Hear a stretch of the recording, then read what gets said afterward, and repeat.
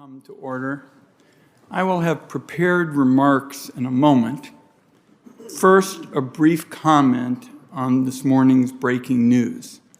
This morning, there appears to be a massive, unauthorized disclosure of taxpayer records. The source of this information is unclear. Given the IRS's responsibility to protect taxpayers' data, it has a responsibility to investigate the source of this disclosure. In the meantime, as reported by ProPublica, what this data reveals is that the country's wealthiest, who profited immensely during the pandemic, have not been paying their fair share. I'll have a proposal to change that. Now, with respect to today's hearing, the Finance Committee welcomes Commissioner Rettig to discuss the President's 2022 budget request for the IRS. The Commissioner knows well that this committee's interest in closing the tax gap, improving enforcement, and fighting the unfairness in our tax laws is a special priority of this committee. That starts, in my view, by going after cheating by the big guys at the top. A few key examples, starting with wealthy taxpayers who skip filing their tax returns altogether. According to a 2020 report from the Inspector General for Tax Administration, nearly a million wealthy taxpayers failed to file returns between 2014 and 2016, dodging a total of $46 billion in taxes. Tax season came and went, they disappeared from the radar. Senator Whitehouse and I insisted on some explanation. 2 weeks ago, he and I got a letter from the Internal Revenue Service that said that the agency sought charges against only 200 taxpayers for failing to file a return over a period of 6 years. Something is way out of whack here, colleagues. On the one hand, you've got a fortune going unpaid by wealthy individuals who essentially blow off the responsibility they share with every other American taxpayer. On the other hand, only a couple hundred non-filers are facing charges. You would think that the IRS would be aggressively following up on the affluent non-filers, but the evidence just doesn't show that that's the case. Here's a second example of high earners escaping real scrutiny. More than 2 out of every $3 earned by partnerships in this country goes to the top 1% of earners. These are sophisticated entities that bring in big revenue. However, the most recent data shows that out of millions of partnership returns filed in 2018, only 140 were audited. If you're a wealthy cheat in a partnership, your odds of getting audited are slightly higher than your odds of getting hit by a meteorite. It's an audit rate of 0.00004%. On the other hand, taxpayers who claim the Eitc have been much more likely to get audited. Again, something just is out of whack with respect to enforcement. For the sake of fairness and for the sake of the budget, it makes a lot more sense to go after cheating by the big guys than focus on working people. The President's budget proposal has a lot to say on those issues. With funding increases for enforcement personnel and information technology, it would help to build up the IRS's ability to handle the premier cases, which is tax evasion by the wealthy. At the same time, it's important to recognize that there's history here, and the history is that the IRS has a history of going after the little guy too often. The budget proposes expanding the information that major financial institutions must report about some client accounts. It is absolutely critical that the focus of that information reporting be on the wealthy tax evaders. The budget also includes a proposal that's been a big priority for this committee for a long time, the authority to regulate paid tax preparers. Too many Americans who need help filing their taxes are falling victim to fraudsters and incompetent individuals. Taking a smart approach to creating rules in this area will help lots of people avoid a tax refund nightmare, particularly those of modest incomes who depend on their refund every spring to make ends meet. So there is a lot for this committee to discuss. I want to thank Commissioner Rettig for joining us. I look forward to the discussion. And let's hear from our friend, Senator Crapo. Thank you, Senator Wyden. And like you, before I begin my formal statement, I want to comment on the ProPublica information that came out today. Essentially, as the chairman has said, we are seeing information today that appears to be 15 years worth of leaked confidential individual tax data from the IRS. We don't know the details of what happened here yet or not, but this information today is very relevant, in my opinion, to some of the proposals that the administration has on the table to expand the IRS's access to data on people, not just to their tax filings, but for individuals and companies to have their data in financial institutions open to access from to the IRS. And these are issues that are very significant and require resolution. As to my formal statement, again, Mr. Chairman, I thank you and Commissioner Rettig for joining us today. It's safe to say that we all support efforts to administer our nation's tax laws and collect taxes that are legally due. Today we will hear from Commissioner Rettig about proposals to massively increase the budget at the IRS, aimed largely at increased compliance and enforcement efforts. Commissioner Rettig, you have the chance to provide your perspective on an array of issues, including any updated tax gap analysis your agency is preparing, various compliance or enforcement-related proposals contained in the President's budget and recently enacted spending programs that the IRS will soon begin implementing. Focusing on the administration's discretionary funding request for the IRS, I look forward to hearing about how the IRS would spend the $1.2 billion in additional funding in fiscal year 2022, including the specific activities that the funds would go toward and what the expected outcome from these activities will be. The President's FY 2022 budget proposes not only a significant increase in IRS funding, but also a dedicated mandatory flow of funding for the IRS over a 10-year period, based partly on some speculative and questionable assumptions and analysis. Multi-year guaranteed appropriations like this are rare, and it's important to understand whether the circumstances actually warrant it. It's also important to understand how much additional funding the IRS can efficiently use, as well as the specific implementation plans the IRS has to put any additional funding it receives to good use. Much has been said about the decline in IRS funding from the 2010 fiscal year. Less has been said about data suggesting the IRS has become at least somewhat more efficient in the aftermath of these declines, such as the fact that the IRS gross revenue collections have increased every year over year since 2010, from $2.34 trillion in 2010 to $3.56 trillion in 2019.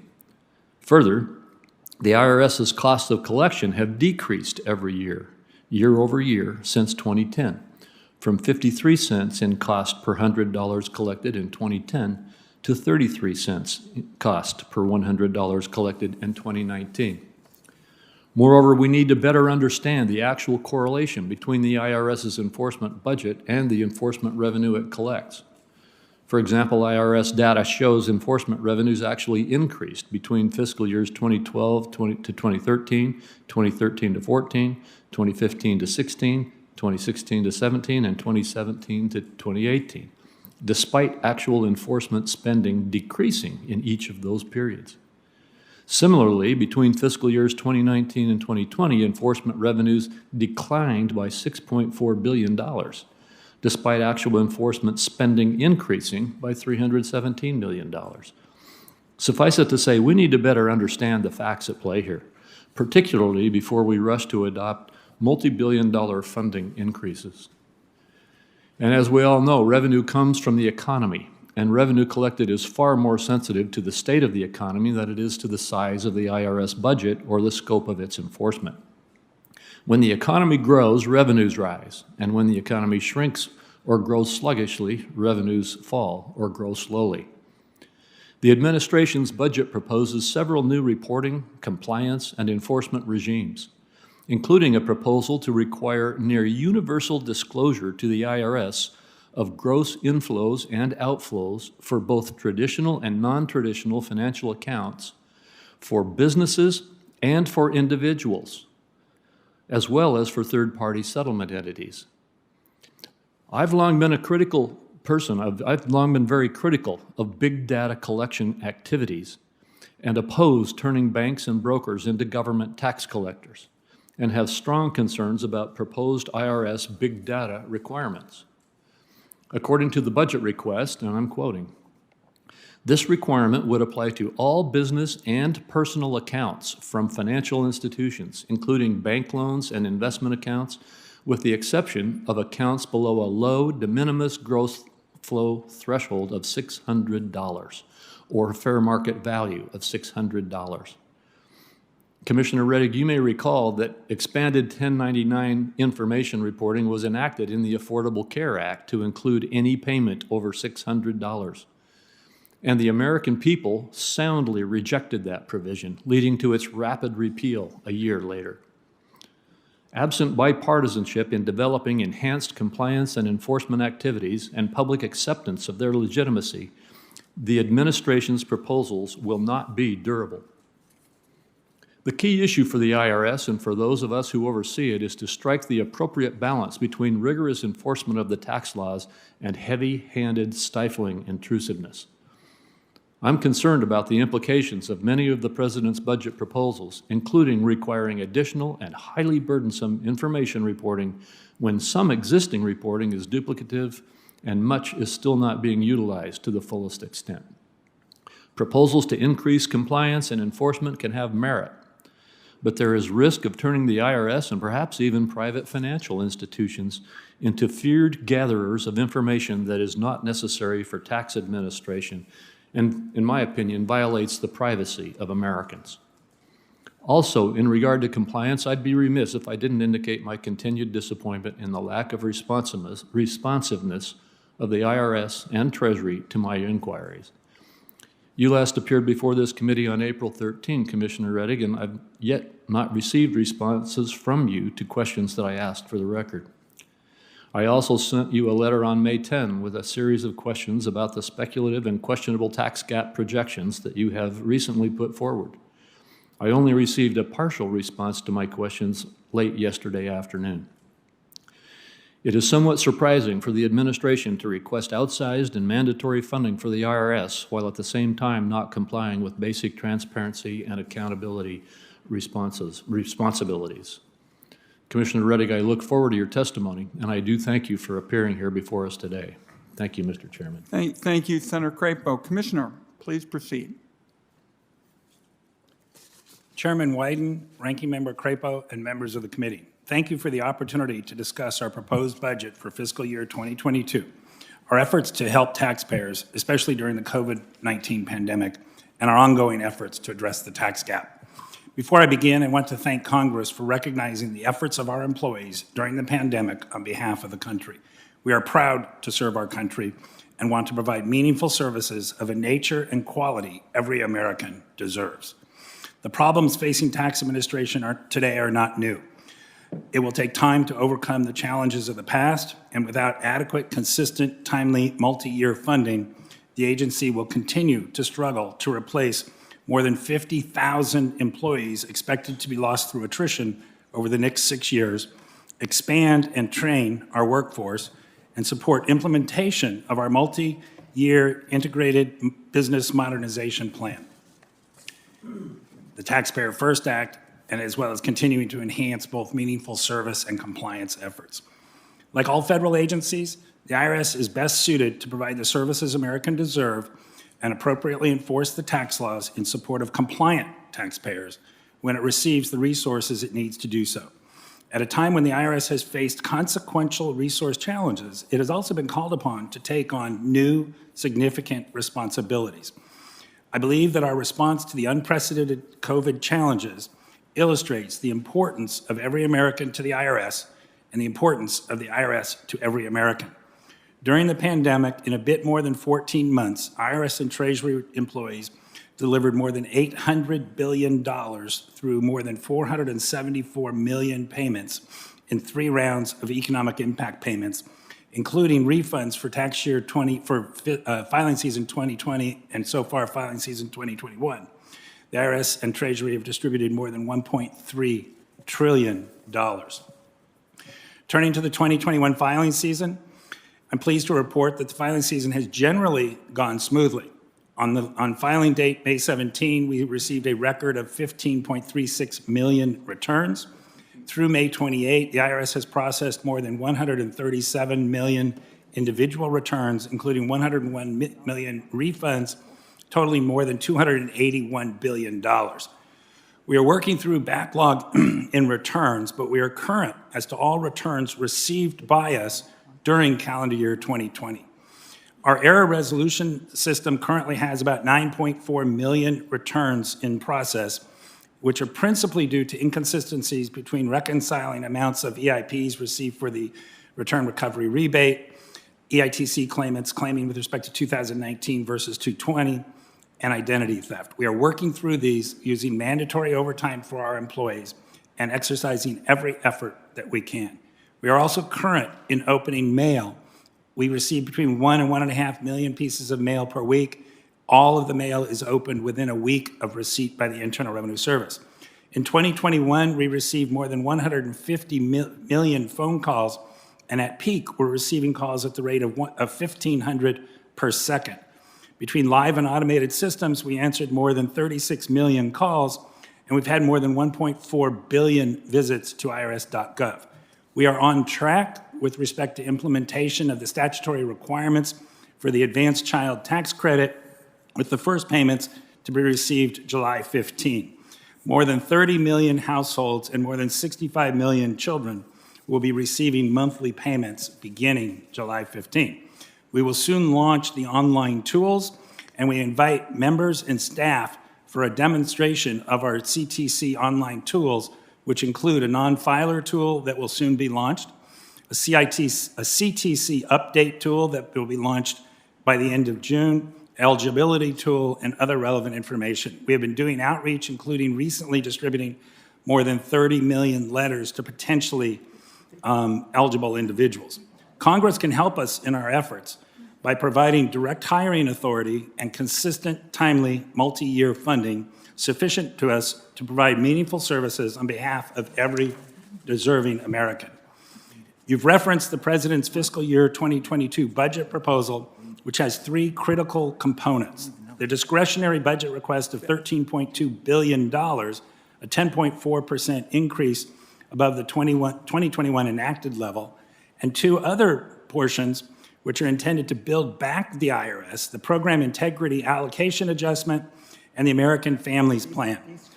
These streams, we believe, are important. We are willing, as Treasury is, to meet with members and staff to discuss them, and ultimately, we will do our best with the funding that Congress provides, and we realize, and you realize, that we are a tax administration agency, and we will try. So, Mr. Chairman, Ranking Member, with that, I invite questions, and thank you for having us up here today. Thanks very much, Mr. Rettig. Let me start with this Treasury Inspector General for Tax Administration report that showed that 900,000 high-income taxpayers dodged $46 billion in taxes by failing to file returns between 2014 and 2016. When we asked about the legal consequences, your office replied in a May 25th letter that the IRS asked the Department of Justice to charge 200 taxpayers for failing to file a return between 2014 and 2020. Everybody else appears to have just gotten away with not paying the taxes that they owed. So let's start by having you explain why so few persons were charged with failing to file a tax return over the past 6 years when the inspector generals and others are saying tens of thousands of high flyers got away with shirking their duties? Every high-income non-filer from tax year 2016 forward is involved in compliance action with the Internal Revenue Service. The reference that you're referring to is under 7203, which is a misdemeanor for a failure to file an income tax return. And the statistics you have are statistics that we provided. There have been legislative proposals, even recently, about making a multi-year non-filer matter a felony as opposed to a misdemeanor. The system is not designed to effectively address misdemeanors. We have limited resources in our criminal investigation function. Decisions have to be made based on resources.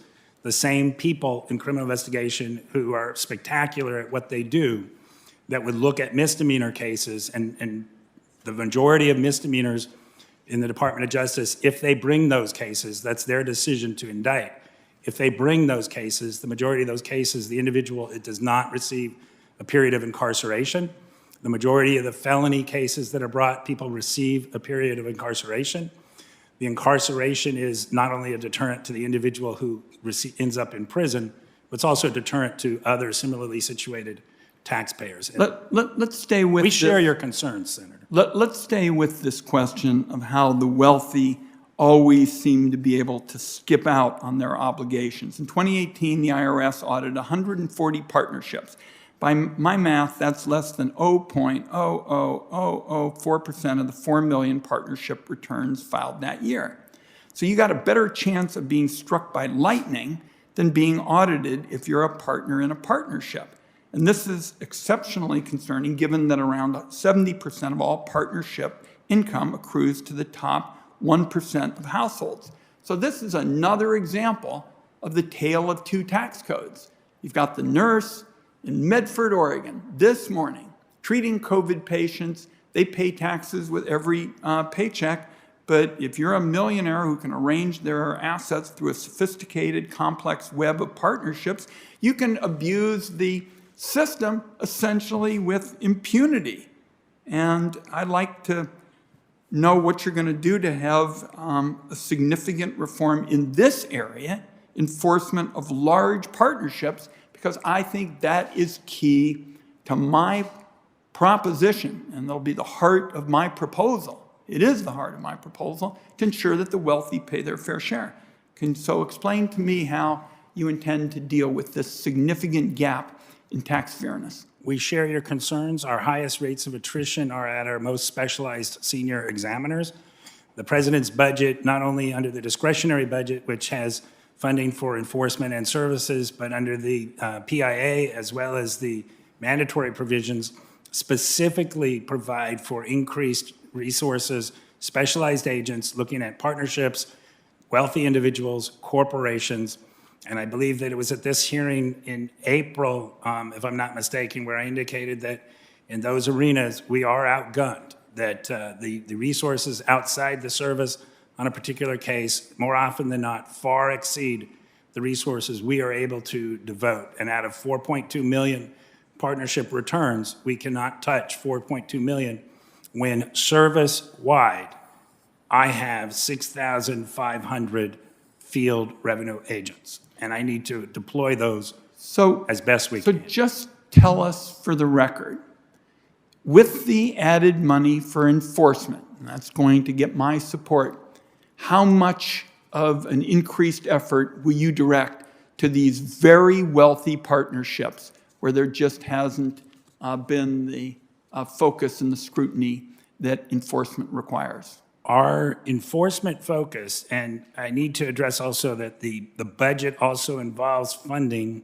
and in the discretionary part of the budget, the most significant increase is in taxpayer service and modernization. But speaking to the enforcement point, which is what we're addressing here, our specialized agents that we're looking to bring on board, and it's a significant hiring for us, and it's at 3 separate levels. We're not just hiring under 5-year, if we receive the budget, under 5-year people. We're looking at that category of individuals. We're looking at mid-career people in their 30s and 40s who have a degree of experience. And we're looking for people at my level who also have a degree of experience, who can not only instruct our people, but can work these cases from the moment they come on board. But our focus is on, and I have the list if I have a moment and I could provide it to you, sir. Our focus is on high net worth individuals, global high wealth, large pass-throughs, the largest pass-throughs, large corporate compliance, the ultra-large corporate compliance, employment tax field examinations, employment tax correspondence examinations, and I'm finishing, transfer pricing, non-filer virtual currency, Bank Secrecy Act, Forms 8300, and abuse of transactions, both promoters and taxpayers.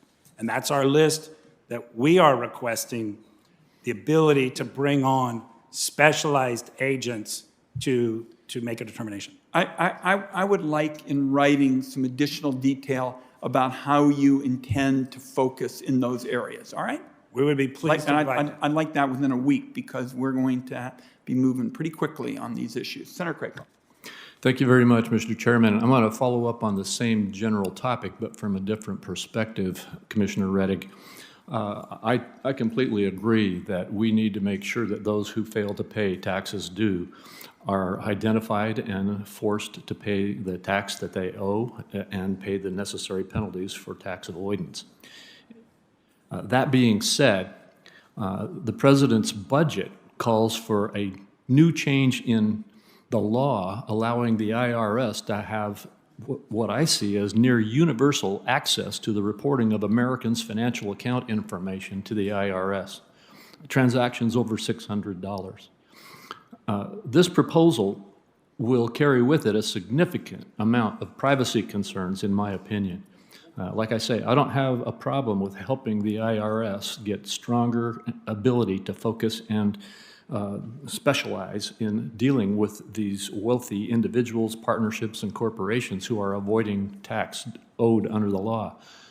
But I don't think that Americans would support giving up their access to their own private financial information to the IRS or to any government agency. And today's results, the information we got today in the ProPublica circumstance is just evidence of why Americans, I think, are going to be very concerned about giving the IRS direct access to their financial data.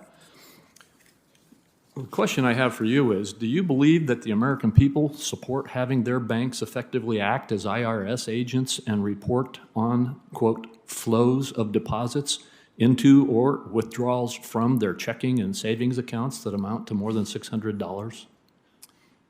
As a tax administrator, it's probably not appropriate for me to comment upon what I believe, but we see the media reports going in both directions. The information reporting does get provided to the Internal Revenue Service in the event of an examination. It's one of the first things, obviously, that agents request, and they can request informally and formally.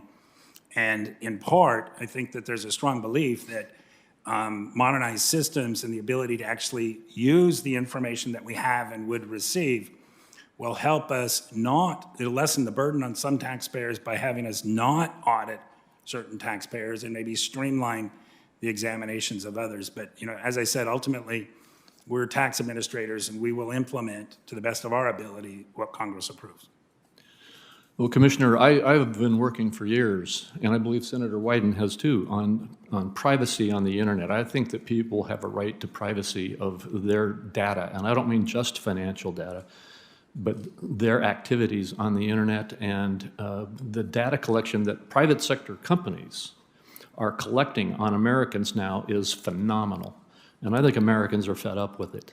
And I think that this proposal to literally increase the IRS ability to, in my opinion, violate the privacy and access the private financial information of individuals in a manner that is far in excess of what currently exists is of great concern. How can the IRS assure Americans that the information it would receive under this proposal would be used for proper purposes, and in light of the ProPublica information report we saw today, how can it protect people from that kind of violation of their own privacy? The IRS is one of the largest data warehouses in the world presently, and the IRS has significant I can't speak to the ProPublica article, as I think we have discussed. I can't speak to anything with respect to specific taxpayers. I can confirm that there is an investigation with respect to the allegations that the source of the information in that article came from the Internal Revenue Service. Upon reviewing the article, the appropriate contacts were made, as you would expect, and the investigators will investigate, and ultimately that will be there. But we also have, as you know, a very strong Inspector General in TIGTA, the GAO. We have a taxpayer advocate who the purpose that came in the 97-98 Act, the Roth Act, was to provide oversight and be in-house in the IRS and uncover if there are issues that need to be, uncovered and dealt with. So, we will find out about the ProPublica article, but we do have quite a few systems in place. And I would say for the volume of data that we have and that gets exchanged, I think the IRS has been very successful in protecting that data, but we're not insensitive to your comments, sir. Well, thank you very much. My time has expired, so I won't ask. I got a number of additional questions that I will submit for the record.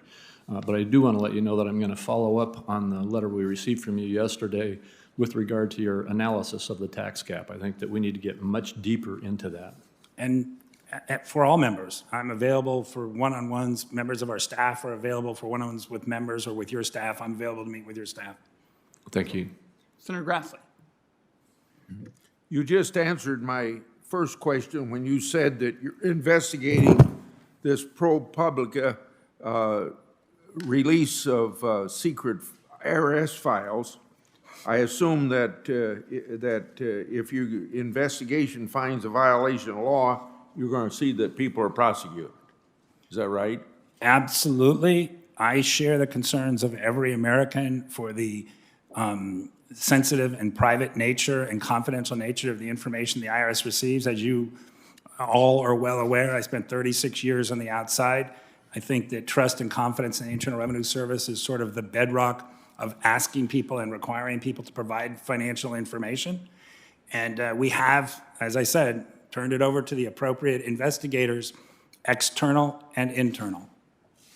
After the April 13th hearing we had, I submitted written questions to you regarding the IRS's administration of the private debt collection program and its implementation of changes enacted under the Taxpayer First Act. However, I have yet to receive a response. When should I expect to receive a response to that letter? Sir, as you know, I'm a huge proponent of private debt collectors. I think that they've been a significant help for the Internal Revenue Service, as well as we often have discussions about whistleblowers and where we're headed. I see whistleblowers as a critical component of the future of the IRS. The responses to the questions, for the record, are in clearance. They're outside of my immediate domain, if you will, so I would anticipate soon. We have pushed to get those released to you, and I don't take lightly the concept that for the ranking member that we released a letter to him last night. I get it that that's not sufficient time to look at a letter to sensitize and have follows up. And same with the QFRs. You should have received them before today. I will only comment that internally and in the clearance process, which is outside of the IRS, people are pushing really hard. It's not an excuse, sir, it's an explanation, but the shorthanded answer is soon, and I am trying to be on top of that to get that information to you. Okay. It's not without lack of attention, if you will, sir. Last month, the Inspector General for Tax Administration released an updated report on improper payment rates for refundable tax credits. The report indicates the IRS continues to struggle to meaningfully reduce improper payments for refundable credits.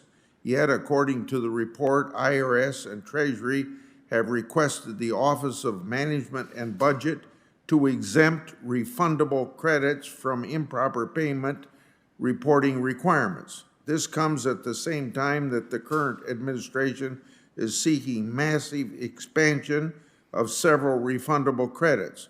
Why would the IRS and Treasury seek to limit information available to Congress to evaluate these credits and their proposed expansions? I don't think it's limiting of information available to Congress. I think it's more in terms of the accounting and the internal accounting, and would be pleased to follow up with you. The figures will not go away. Those figures are significant, as you're aware if you've seen the report. With respect to EITCs, the rate is about 25%, about $17 billion per year. CTC, it's about 15%, 12%, excuse me, $4.5 billion per year. There have been proposals on the credits to essentially merge credits, make them more administrable by the Internal Revenue Service into something maybe along the orders of a family credit where the IRS can rely on information in its systems. We do not have, for these refundable credits, we do not have information as to, say, the residence of a dependent and such, and it makes it extremely difficult to administer those in the ordinary sense. So I will follow up with you in terms of the background for that, but it's not to prevent Congress. I'm a huge believer in your oversight, this committee and others, a huge believer in transparency, and a huge believer that you are a meaningful part of tax administration with us on behalf of this country. So there is no intent or incentive or desire to withhold information. To the contrary, we need you. Okay, I'm going to have to submit my other questions for answer in writing, but the important one to answer in writing is in regard to tax administration saying that there's improper payment rates of 27.4%, the highest rate of any credit when it comes to the premium tax credit. So I'd like to have you look at that. Thank you. Thank my colleague. Senator Menendez. Thank you, Mr. Chairman. Commissioner, let me start off by thanking the dedicated employees at the IRS. I hope you'll share that with them, especially for their tireless work during the last year to get stimulus checks into the hands of hardworking Americans. Thanks to the American Rescue Plan, 27 million children nationwide and more than 1.6 million children in New Jersey are estimated to benefit from the historic expansion of the child tax credit. So, Commissioner, given the issues with the stimulus payments last year, how is the agency working to ensure that all taxpayers who are eligible for the child tax credit payments will receive these payments on July the 15th and each month thereafter? Individuals who we have information for will receive the payments commencing July 15. It'll be based on a 2020 return, if not a 2019 return. This week, we're in the process, and we'll complete the process by June 16 of sending out over 30 million, I think the number is actually 36 million letters to potentially eligible people. It's not saying they're eligible, but it's people that we may have information that might indicate they might be eligible. We have a very significant outreach program. As I indicated earlier, we are launching one of our online tools this week. We're launching a second online tool in the very near future. We have invited members of this committee and members of Congress and staff members for a demonstration of our online tools. Part of our inquiry and invitation is to get feedback from members of Congress and staff as to the tools. We're very proud. We think Congress will be very proud, but that doesn't mean that we have all the answers. We've been working with a lot of people. And we also realize that individuals, generically, individuals don't always go to irs.gov to get their information. So we're working with literally thousands and thousands of community-based organizations around the country to distribute information. Information will be distributed in multiple languages. A lot of this is information that we learned in the first round of EIP, EIP1, EIP2, EIP3, the outreach that we conducted. We've been very fortunate to interact with more than 10,000 different organizations around the country that previously were not interactive with the Internal Revenue Service based on what our core processes were. So we have quite a bit of outreach that, we will also be providing members of Congress and staff with toolkits and social media that you can use for your own, that you can use in your districts, both Twitter and relevant types of things. We need help getting the word out, as we did need help with respect to EIP 1, 2, and 3. We believe that the systems that are going to launch will be as seamless as possible.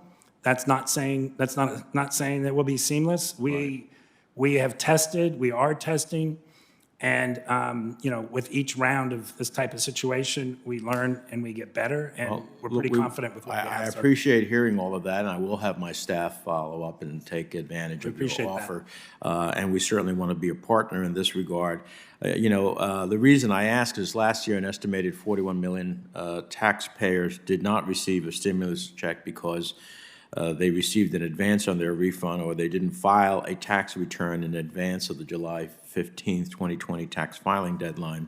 In addition, many taxpayers, especially those with young children, received checks that were incorrect and did not properly reflect the number of children in their household. Now, I heard you mention an online portal. Are you launching an online portal that allows working families to update their information with enough time to ensure that this money can get into their pockets by July 15th? When the portals launch, they will launch with the statutory requirements, and because, as you know, we moved the filing season back a month, the same people that work on filing season and EIPs in the IT context are the same people who work on this. So we got crunched, if you will, a little bit on time, but we will launch with the statutory requirements, and then on a monthly basis thereafter, we will update the portals. And I should also indicate, you know, coming to the comment that everybody doesn't go to irs.gov, they will be able to walk into an IRS office. We will have paper interactions. People will be able to update on the phone. Once they're authenticated, we'll be able to update on the phone. And ultimately, people will be able to use their personal online account at irs.gov to do these updates. And ultimately, we will also be in Spanish. Well, that's good to hear. I know you mentioned on the phone. I just want to say that the National Taxpayer Advocate has continually ranked the IRS customer service as one of the most serious problems facing the agency. With 150 million calls that went to the IRS this year, only 7% of the calls reach an IRS employee. So I'm glad that we're going to have that service, but we have to have a service that actually works. Nothing more frustrating to a taxpayer, to a citizen, to say you can avail yourself of this service, and then when you avail yourself of it, you can't get someone to answer your question. If I may comment, that the level of service, and particularly the phones, is an appropriated item. And as I have said this, in the president's budget, the president asked for funding for 75%, for us to answer 7.5 out of 10 calls. That's an item that if we get that funding in the normal circumstances, we will be answering 7.5 out of 10 calls.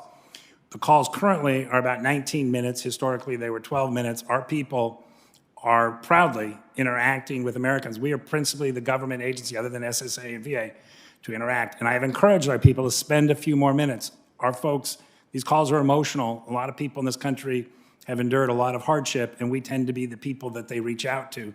So the calls, the longer calls and the increased volume have crunched that. But if, for example, instead of 7.5, the Congress wanted us to go to 8.5, that extra 10% of calls to be received, we would need an appropriation of another $100 million. And every IRS employee, myself included, want us to answer 10 out of 10 calls. It's not our choice. Thank you very much. I thank my colleague. Next is Senator Carper, and I think he's on the web. Senator Carper. Thank you. Many thanks to you and your staff.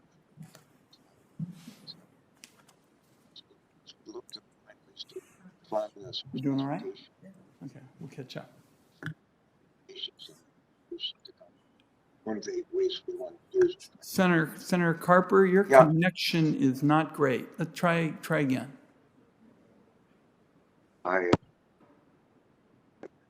there you go. There.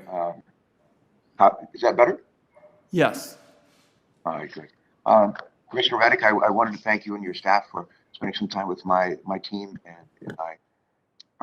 as we try to figure out how we're going to pay for major investments in service transportation, our roads, highways, and bridges, and to do so in a way that the burden does not fall inordinately on low-income families. But I thank you very much for trying to help us think outside of the box as we do that. So that's just a thank you, and we look forward to continue to work with you and your team on that front. Second, I want to follow on with what Senator Menendez just was questioning about, and that's customer service. We what is the old cartoon cartoon was Pogo. I think it was Pogo. It was a long time ago. And he said, we have seen the enemy, it is us. And when it comes to poor service, when the Congress and previous administrations just cut the heck out of the IRS year after year after year, and we continue to change the tax code, we make it more complex. We have for years not provided extra resources, haven't provided the technology.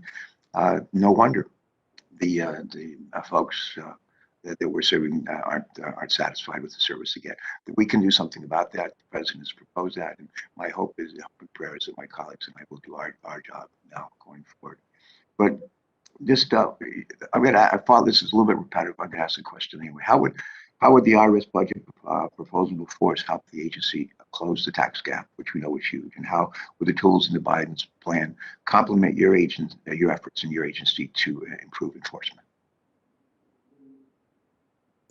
The president's proposal has three critical components, each of which have an impact on the tax gap. The discretionary proposal provides for basically taking care of the attrition of the Internal Revenue Service.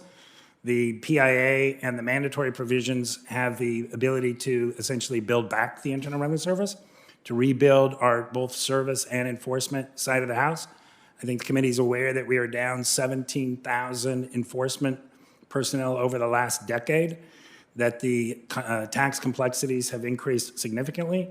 The challenges and duties and responsibilities of the Internal Revenue Service have similarly increased significantly over the same time period. The complexities of structured transactions, if you will, by taxpayers on the outside, both corporate, individual, and pass-through entities, have increased significantly. The filing of partnership returns, I think the most current data is about 4.2 million partnership returns. And I think, as I've indicated earlier, I only have about 6,500 field revenue agents to deploy in every one of these neighborhoods, which is compliant challenged. There are also provisions in the president's budget proposal for additional information reporting, including information reporting in the virtual currency context. We are well aware that there are compliance challenges for folks engaged in virtual currencies. It's a high priority for the Internal Revenue Service and myself, together with others, and we need to make resource decisions among those.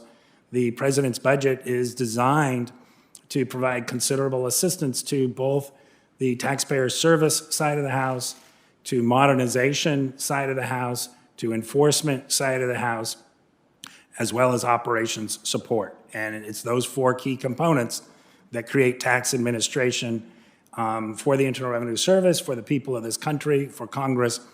And we know we can do it better, but we need appropriate, mandatory, multi-year, consistent funding to get there. It's also critical for us, if we're to get this legislation, that we receive direct hiring authority, which would allow us to quickly onboard the specialized level of individuals that we're looking for at the mid and toward the end of a normal career who are interested in coming on board. And so there's an entire package, and sir, as we discussed the other day, I'm more than willing to meet with you and your staff and others to get into details of what we plan to do. I will say the IRS, proudly, employees of the IRS leadership, have been working on our plan for many months. So if Congress enacts something, don't expect us to wait 6 months to show you what we intend to do. We're pretty close to there. And I did a June 1 mandate a while ago for our leadership of what I wanted to see in terms of something to ultimately be able to share. And we were ahead of schedule. And I think you'll be proud. We need the funding. We get the legislation. We'll show you quickly what we intend to do. But we don't intend to wait 6 months to implement what we hope Congress provides to us. We'll be ready. Yeah, thanks so much. Lastly, how will this budget proposal improve access to tax filing services for low-income and vulnerable taxpayers, Mr. Commissioner? Well, you know, the income equality issues, Treasury, and I know there's other senators that are very interested in this as well. We've worked hard with Treasury on issues involving income equality, income inequality, and there are working groups at Treasury who are focused on this. We are the tax administrators. Our role in that is essentially implementation and administratability of what Congress and the administration might do. And as far as, the voluntary income tax and free file and the rest, you're hitting my sweet spot. The lower income taxpayers, the vulnerable taxpayers, the taxpayers who are challenged with the English language are the people that I think that we all owe a high degree of not only responsibility, but it's a privilege to help these folks get it right. They, by and large, are the ones who are trying to get it right. They get preyed upon by preparers. They're maybe a little confused. They're maybe not comfortable with the language. But personally, and I can say for most of the IRS employees, we consider it a privilege to be very active in these communities, and we will continue to be so. Oliver Wendell Holmes once said, taxes are what we pay for a civilized society.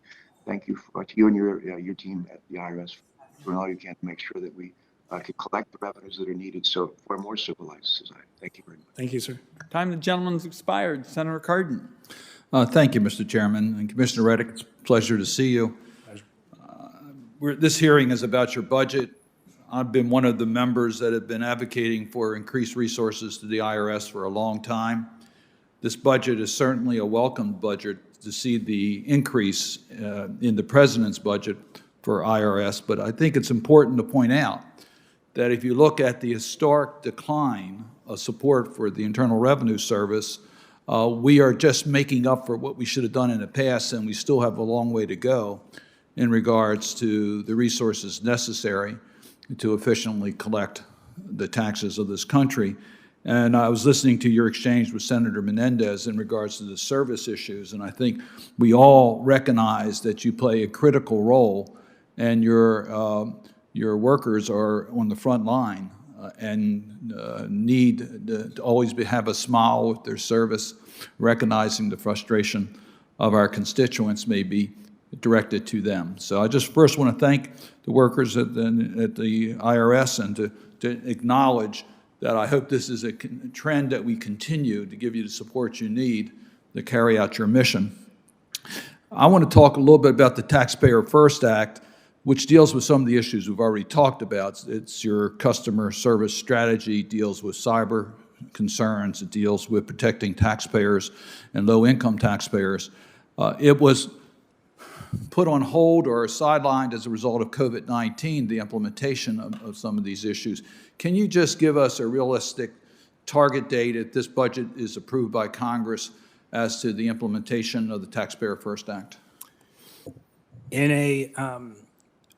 Quite frankly, I think that the IRS might be living in a perfect storm if this budget is to pass. We brought on a new director of the Taxpayer First Act office, Heather Malloy. She is instrumental in, if we're looking at increasing staffing across all lanes, the Taxpayer First Act provisions are critical for that. Heather is now in daily meetings with myself in her role. We actually launched yesterday. We're referring to IRS Next. The Taxpayer First Act provisions will be enacted extremely quickly, is the best I can give. I'm not trying to give you a lawyer answer, but I can tell you that all hands are on deck, that what we're seeing and how we're looking at things between funding, resources, staffing, modernization, customer service, which is, I know it's important to you, it's very important to us. All of these come together as a multifaceted approach to be able to provide Americans what they deserve, and that's where we're headed. We are very focused on private sector interactions with customer base, if you will. We're trying to replicate or exceed where we can. We're trying to modernize our systems, and part of the President's proposal is a catch-up, if you will, for funding that we did not receive. As you know, we've only received about 55% of the funding that was requested for our integrated business modernization plan. We've had to delay other projects in order to keep that project on target. That part of the President's proposal actually catches us up, allows us to move at a faster pace. So, if you will, wrapped within the Taxpayer First Act, all lanes are coming together. We also, I'm sure you're aware, under the Act, we did not get funding under the Taxpayer First Act, so we've been operating essentially without funding to do what we can do. But I will say that we have done quite a bit, and critically, I think most of you are aware of, we brought on a taxpayer experience officer, Ken Corbin. I'm confident that all of your staff are very familiar with Ken. And importantly, Ken and I actually do randomly selected IRS employee Zoom calls. We send out 150 invitations. About half of those who respond the first half that respond get a link multiple times a week. Employees all around the country, from Guam to Puerto Rico to, Washington, D.C., get on a Zoom call with Ken and I.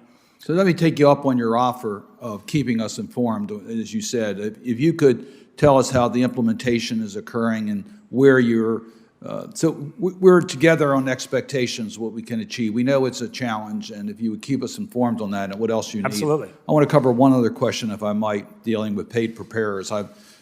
We've talked about this before, the lack of authority, and we have to do something about it. The chairman's been very active, engaged in trying to give the authority to the IRS.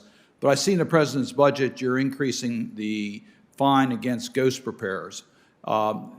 That's great, but can you enforce it? What type of enforcement are we going to have in regards to those who are receiving funds from taxpayers but are not reporting that on the IRS return? Yeah, the ghost preparers are individuals who prepare returns but don't sign them, and they do charge, and the line on the return is for a paid return preparer.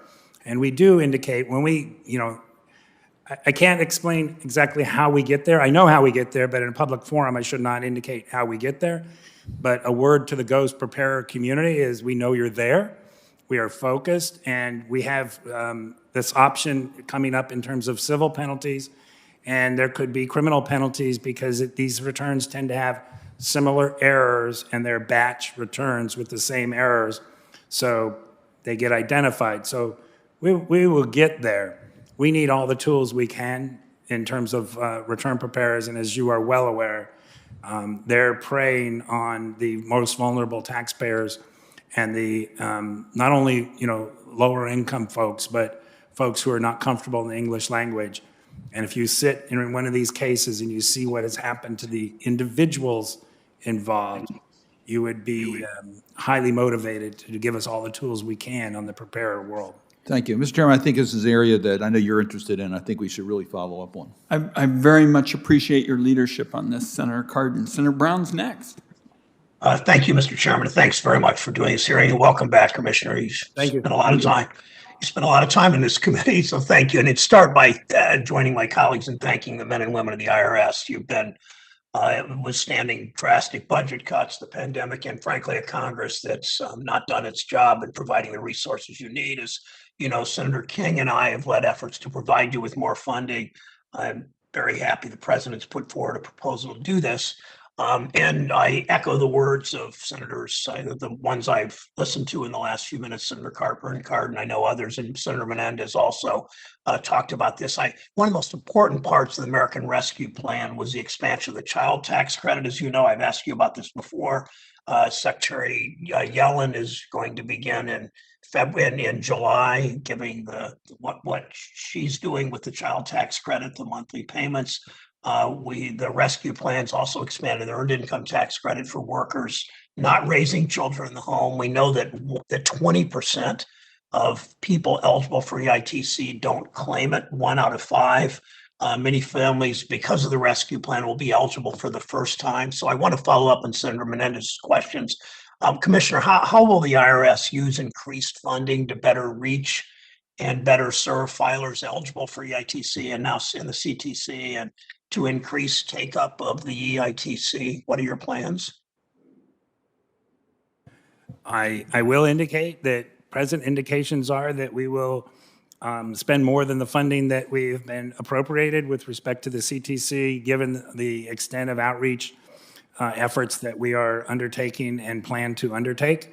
This includes meetings around the country. We've already had a CTC summit with more than 25 representatives of community groups. We have interactions with a lot of people around the country. We sent out 30 million letters this week. They'll be completed by the 16th. We have 3 rounds of outreach letters going out to individuals about an awareness. We're launching our online tools soon, which include 4 different tools: the IRS Gov landing page, a non-filer tool, a CTC update tool, frequently asked questions that'll be posted, and an eligibility tool. Eligibility tool will be similar to the EITC assistant tool that many of you are familiar with. And so in terms of the outreach, we're coordinating with the same community groups and trying to expand that we did with respect to EIP 1, 2, and 3. And we are on the ground throughout the country. We also, as I may have indicated earlier, we will be providing toolkits to every member of Congress, as we did with respect to EIPs. We will be providing toolkits to different state agencies, as well as state taxing authorities around the country, and agencies principally that are providing other types of benefits to individuals. We have a lot of media outlets, and the scope, if you will, of outreach for the IRS has greatly expanded, really as a result of EIP 1, 2, and 3. The STEMIs have been fantastic for us in terms of getting into the communities. Thank you, Commissioner. There are a number of people on this committee that care about this. I just saw on my screen one of the real leaders in this, Senator Bennett, and he and I and others will continue to talk to you, particularly as the July date approaches. Let me shift in my last couple of minutes, Mr. Chair, to compliance. My constituents in Ohio know if they punch a clock or swipe a badge, they have to pay the taxes they legally owe. When people cheat the system, it means workers doing an honest day's work and small businesses playing by the rules are exploited by the rich guys outgunning the IRS. Part of the problem is that their income, for IRS, obviously, their income is more complex. We don't have adequate reporting, and the money's harder to follow, making it easier for them to get away with not paying what they owe. You obviously know that. Tell us, if you would, the president's proposal benefits honest taxpayers that currently have to compete with the dishonest cheats. Tell us how much revenue would this bring in without raising taxes by a penny that we could use to pay for investments in infrastructure and other things if we were able to get 100% compliance? What would it mean? Well, I really leave the computations to the Office of Tax Analysis at Treasury and others. And I think, like you, we've seen figures range from $1.4 trillion, $700 billion to hundreds of billions of dollars. What I can indicate, based on my private practice experience and my tenure here at the Internal Revenue Service, is that giving us the appropriate resources will be an absolute game changer for this country, both in terms of services to taxpayers and enforcement. And enforcement supports compliant taxpayers. The more that people understand that the IRS is doing its job, and to do our job, we need resources, and we need consistent multi-year funding, we need mandatory funding, we need direct hiring authority. We will do our job. We will hire the people we need to hire, but we absolutely have to have the resources to do so. We will work with Congress. I'm more than willing to come up, meet collectively, individually, and walk through it. And I think previously at this hearing, I indicated that, my anticipation was we should be able to collect whatever the actual tax gap is. We should be able to collect somewhere between 10 and 20%, with an understanding that the people we bring on board, there will be a curve. We will not be as effective initially in when we onboard everybody, but this agency and the desire of our employees is very good at what it does, and we respect the rights of taxpayers. I'm insensitive to folks who say that we are going to treat taxpayers on the streets unfairly.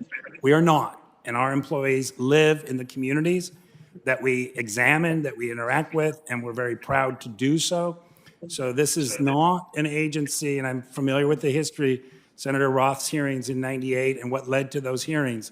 This is not that agency. Our employees, and I think they have showed it with respect to EIP 1, 2, and 3 and getting back into the office, our employees are proud to do what they're doing. Give us the resources, and we will make you proud as well. Thank you very, very, very much. Important issues, Senator Brown. Senator Cantwell. Thank you, Mr. Chairman. And following up on that resource question, thank you for being here today, Commissioner. I know that the IRS has lost a lot of employees since 2010, tens of thousands of employees since then. And so while there's a lot of discussion today about making sure that corporations and high-income filers, you've made a statement that some of the budget requests by the administration, I think 4,500 new employees you're proposing, would work on those high-income filers and those investigations. But we've just had roundtables with some of our small business owners, and I heard a longstanding concern, which is just that we need more people at the IRS to be answering phone calls about basic things for small businesses. So what of that new hiring do you think would go to those kinds of activities? The president's budget request, the highest in the discretionary, the highest allocation is, and I'm searching for the number, which I have here somewhere, but is 13% for taxpayer services, which is exactly the folks that you are referring to. And it's about 9% for enforcement, and then it's about 36% for modernization, which also provides taxpayer services, the ability to interact with us in a seamless and comfortable manner. So that's all in the discretionary budget for the administration. The PIA is enforcement-oriented because we're down 17,000 enforcement personnel. And when I use the term enforcement, that is not just frontline revenue agent, revenue officers, but that would include appeals officers, it would include taxpayer advocate representatives, it would include IRS counsel people. It's sort of a package. We cannot just increase one piece of the IRS when IRS's tax administration, which is a process, and at a House hearing recently, I made a comment, everybody's focused on the IRS and budget and staffing and resources. Keep in mind that in the district courts, the claims courts, the bankruptcy courts, and in criminal prosecutions, the Department of Justice handles the matters for us. They represent the interests of the Internal Revenue Service. And if we get a significant increase in staffing and the Department of Justice, specifically the tax division, does not, you should anticipate a bottleneck on us giving cases that they are unable to handle because of their staffing issues. They are a significant part of both civil and criminal tax administration in this country. But we are focused on all lanes of the IRS and significantly in the service arena. So it would be great. Excuse me, I come from a small business family and was a small business owner on the outside. And, we don't intend to leave anybody behind. Great. Well, I'm definitely hearing from people that they're feeling left behind, at least from a communications perspective. So I'm appreciating that largest amount, you're saying 13%, would go to that. So if someone could follow up with me just on what you think that would mean as it relates to services or improvement in services, that would be so helpful. Thank you, Mr. Chairman. I thank my colleague, Senator Portman. Thank you, Mr. Chairman. Commissioner, welcome back. Thank you. We had a good conversation with you only about a month and a half ago and had the opportunity to talk about a number of these issues. But in terms of compliance, you and I had a discussion about the need for better taxpayer service. Senator Cardin and I wrote this bill called the Protecting Taxpayers Act, some of which is now being implemented, and I appreciate that. It's part of the Taxpayer First Act. But this modernization effort is never ending, and the challenges are more and more sophisticated. Now I want to talk about cryptocurrency for a second. We talked about digital assets and cryptocurrency back in April when you were before us, and you talked about the low visibility of these taxpayers and the importance of their compliance and closing the tax gap. I talked about how we were working on potential legislation to address that. I want to ask you a couple questions about it. I noticed in the budget that you have $41 million to expand cyber crimes efforts and $32 million for crypto-related enforcement operations. You've also proposed additional information reporting for businesses that receive crypto assets with a fair market value of more than $10,000. In addressing the issues related to information reporting on cryptocurrency, do you feel that the IRS has the necessary authority to issue appropriate regulations? I think we need congressional authority. We get challenged, as you're aware, we get challenged frequently, and to have a clear dictate from Congress on the authority of us to collect that information is critical. And the most recent market cap in that world, in the crypto world, exceeded $2 trillion and more than 8,600 exchanges worldwide. And by design, most crypto virtual currencies are designed to stay off the radar screen. So, we will be challenged. Right now, what we do is we issue John Doe summonses, and I think it was highly public. We recently did that. We're very active in both the civil and the criminal enforcement world. We do need additional tools, and we absolutely need additional resources. Okay. Well, I appreciate that answer, and as you know, we want to work with you. We've circulated some ideas, including to some of the stakeholders, and we want to be sure that we get your input on that as relates to cryptocurrencies and digital assets. We would appreciate the opportunity to work with you. Thank you. On the issue of staffing, I support more resources to the IRS. I have for years, since I was involved in the reform efforts a couple of decades ago. And it's for my small business constituents back in Ohio and individuals who are having to struggle with this overcomplicated tax code. You want smart, effective people at the IRS to work with. And the professionalism is important, the training is important. One of my concerns is you're asking for a lot of new people, and it takes a while to train them up. And I see that you have asked for hiring of at least 5,000 new personnel for enforcement alone, but you say it should not exceed a manageable 15% per year. Over 10 years, it seems that probably would double the IRS workforce. So do you have the ability to train these people up and to make them effective? And second, do you have the workforce out there to tap into? In other words, are you having trouble hiring people?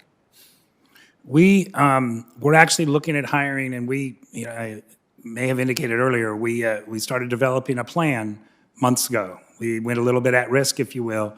And so if we receive legislation, we'll be able to implement quickly upon that receipt of legislation.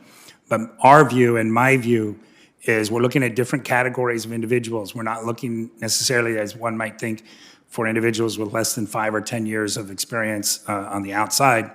We're looking for that category, certainly, but we're also looking for the mid-career people, maybe aged, 35 to 45. We're also looking for people at my age category, and those last two categories can come in, hit the ground running, both in terms of managing a team of, if you will, examiners if they're on the enforcement side, as well as being instructors, and we need private sector people to come in and help us in terms of instructing, particularly in the partnership and virtual currency worlds, come in and serve as instructors to the mid and lower, lesser experienced, if you will, folks. So we have a variety of plans. We also are working on our outreach to different communities, not just the professional communities, but colleges, institutions, and others. We also are working on facilities, where we would place facilities for an increase in personnel. And I think the committee may be aware that proudly we recently opened a facility in Puerto Rico. And for the first time in a long time, we received more applicants, more qualified applicants than we posted for positions. And benefit is the folks there were also, many of them are also multilingual. We're also looking at opening facilities in certain underserved communities, and we're already on the ground in those communities looking to see what we can do in terms of opening facilities should we receive legislation. And I give you that as an indication that we are not waiting for legislation. We will be ready. But you'll need the appropriation of additional funding to be able to follow through on this. Absolutely. Without the funding. Well, thank you, Mr. Chairman. I think, the oversight responsibilities of this committee are such that it'd be good to continue to have this discussion and be sure that, we're on board with regard to the plans. We've got Senator Thune waiting, and I certainly share your thoughts there. Senator Thune.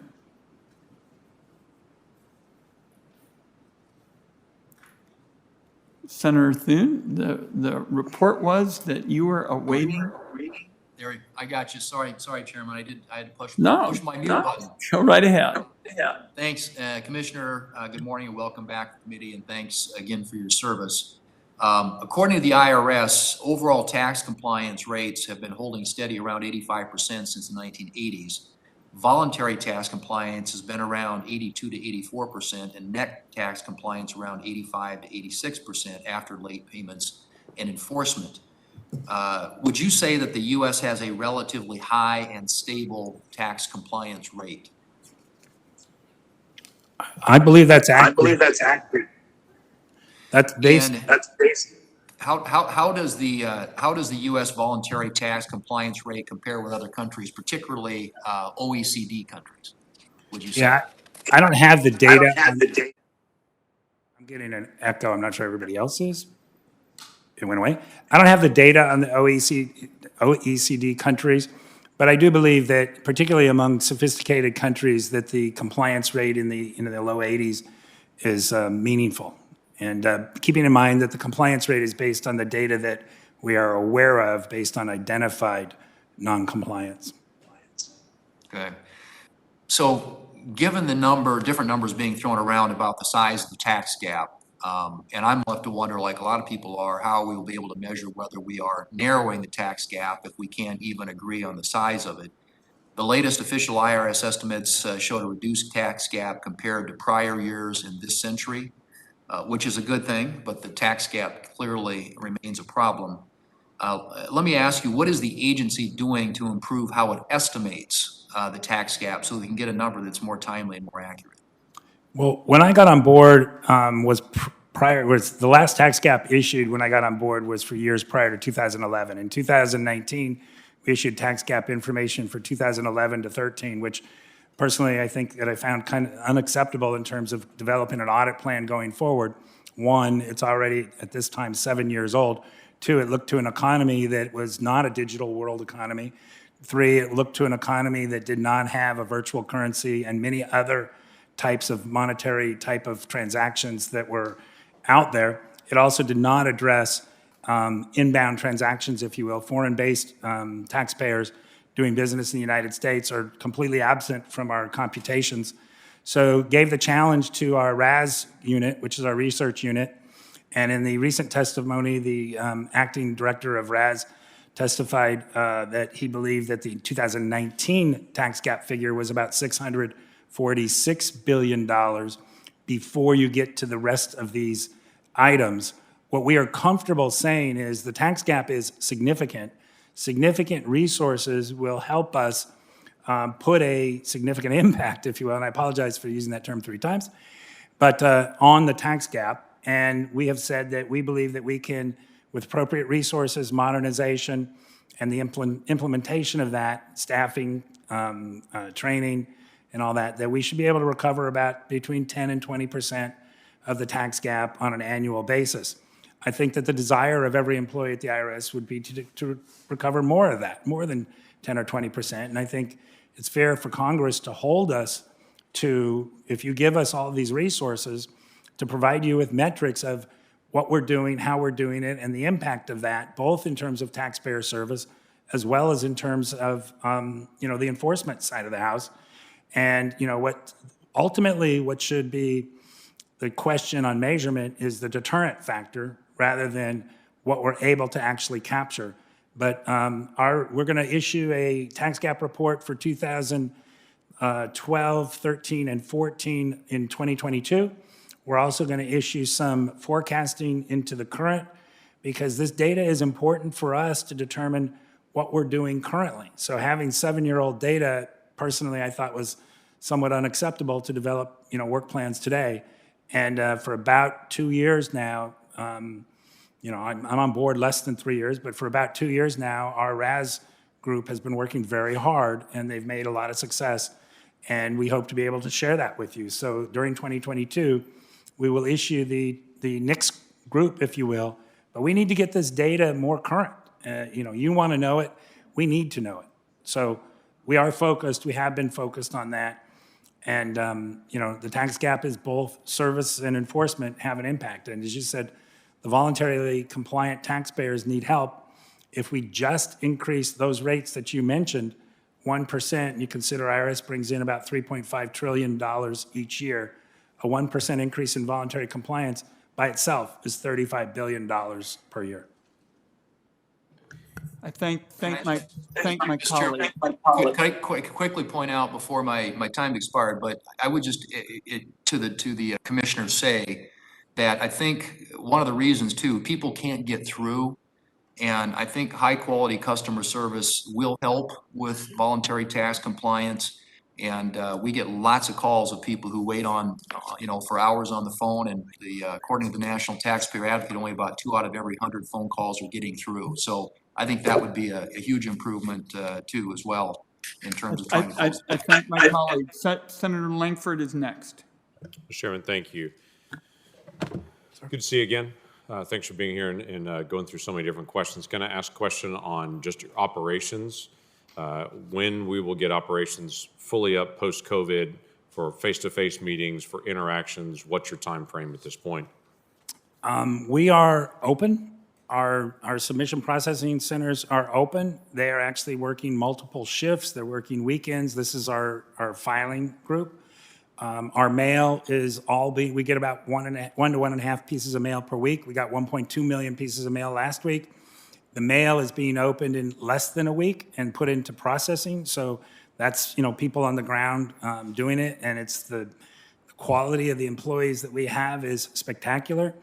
Our interactions, we flip to a virtual environment like the rest of the world. We will stay in a teleworking virtual environment somewhat indefinitely. I do have a concern, and onboarding people, a lot of people out in the private sector want to have a virtual environment. We need to train. You can't train, my example, 704B regs remotely when people are multitasking. We need to have people understand what we're training them. And similarly, the collegiality and learning what it is that we do and what we don't do.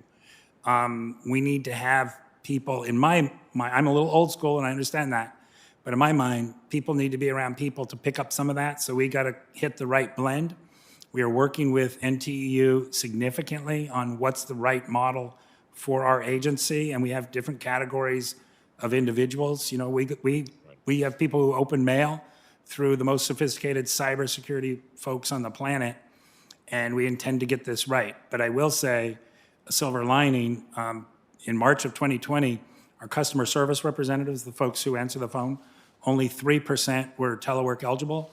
100% are currently telework eligible, and where that came as a benefit is when we had the snowstorms and the cold fronts and had to shut down some of our facilities, those folks could go to work at home. So we've had some benefits. I'm going to have some follow-up with you on that, on Sure. dealing with remote work long-term and the possibility that you could expand your pool of individuals to be able to hire from anywhere across the world. Quite frankly, if they're working for some of our U.S. military and their spouses and other folks, I'd love to be able to work with you and to be able to maintain. We are engaged with military spouses, and they tend to be an excellent employee for us. I'm going to continue to be able to talk Love to the you about opportunity. days ahead. So let's do that. I want to ask about this bank reporting proposal that's come out in the president's budget.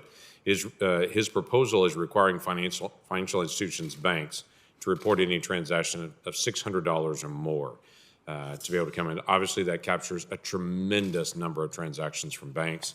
I think a lot of American people don't know $10,000 or more are already reported in. This would take that to $600 or more. So my questions are, do you need that level, that granular level of information from banks to the IRS to be able to validate reporting? Well, similar with what happened when FATCA came in and we got FATCA reporting, we did not get the funding to modernize our systems to handle the reporting that we were receiving. So we remain behind the curve on our ability to use that information. To the extent we get additional reporting information here, we absolutely must have funding. And these are somewhat separate lanes, but it's all interconnected. Funding to actually process information. And critically, it's not just, everybody's focused on our ability to process information for enforcement and examination leads. It's similarly important for us to be able to process information so we know the taxpayers not to examine, to lessen the burden that we would otherwise place on taxpayers based upon information there. So we need modernization, we need analysts, and we need, service representatives on that. So what would you need budget-wise to just fulfill that? And is that $600 transaction amount something that IRS requested to be included in? Where did that number come from? Those proposals, are from the administration and from Treasury. Okay. So what level of funding would you need to be able to process that level of information? Because that's a lot of information the administration's asking for. Yeah, I'd have to get you the specifics on that breakout. I don't have the specifics, but I would assume it's exponentially larger than a $10,000, because a $10,000 transaction is turning right now. Dropping it to 600 is going to catch, I can't even imagine how many more. You're telling me now you don't have the resources to be able to fulfill the $10,000 reports that are coming in. Is that correct?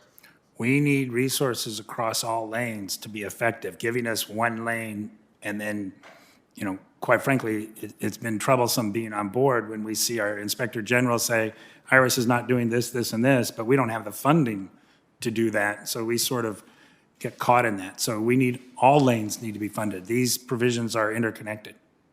Okay. Time of gentleman's expired. Senator Casey is next. Thank you, Mr. Chairman. I want to thank the Commissioner for his appearance and for his public service. I want to Thank you as well, Commissioner, for the remarkable and what can only be described as an enormous effort you've had to undertake and your team has undertaken in the course of the pandemic. And I have and will continue to advocate for the IRS to have the resources which are so critical to fulfill its responsibility. In this committee's April hearing, you projected that the tax gap could be as high as $1 trillion, meaning $1 trillion in taxes going unpaid every year. We know that many of these non-filers are high-income individuals. I've heard from many Pennsylvanians since then, since April, who are concerned, if not outraged, about this gap and would like to see all taxpayers play by the same rules. The President's 2022 budget request has funding requested to scale up both staffing and operations at the IRS to expand both enforcement and compliance. Can you explain how that additional funding would assist the IRS in going after tax cheats and ensuring that all taxpayers are paying their fair share? I have 17 months left on my term. If Congress gives us the funds, we will implement. We are ahead of the curve to implement legislation that is not yet passed. That should be, and we're willing to come up and show what we have and where we do it, but that should give an indication of the desire. It's not just me, but me and everybody else. We want to be impactful on services. We want people to receive the services they deserve from the Internal Revenue Service. And we are well aware. I came in with the same thing, I think, probably in my confirmation hearing, but certainly through today, have always said the same thing, and I said it for 36 years on the outside, that enforcement supports compliant taxpayers, that the bulk of the revenue this country receives comes from compliant taxpayers.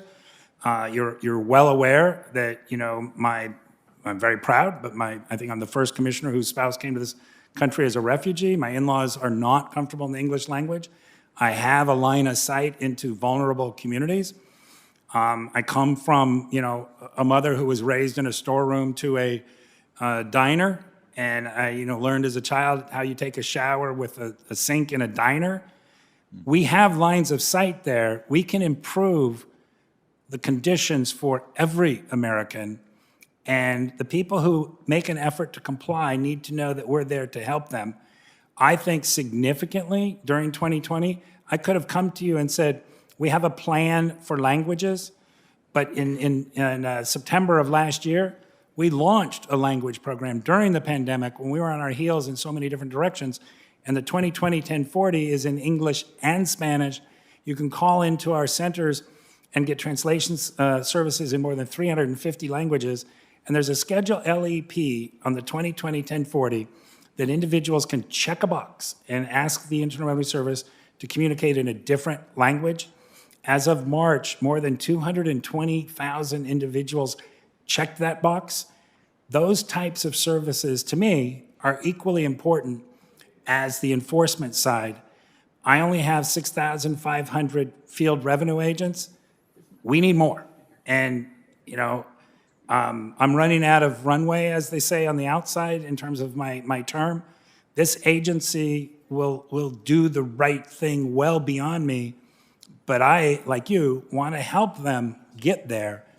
People came on board when I did with considerable private practice experience in the lanes that we are going to receive funding to be impactful in, and we are doing our best. So I think you'll be proud, but without funding, if you just look at one category, 6,500 field revenue agents, 4.2 million partnership returns. That's before we get to the high wealth individuals, to the corporate, to the this, to the that.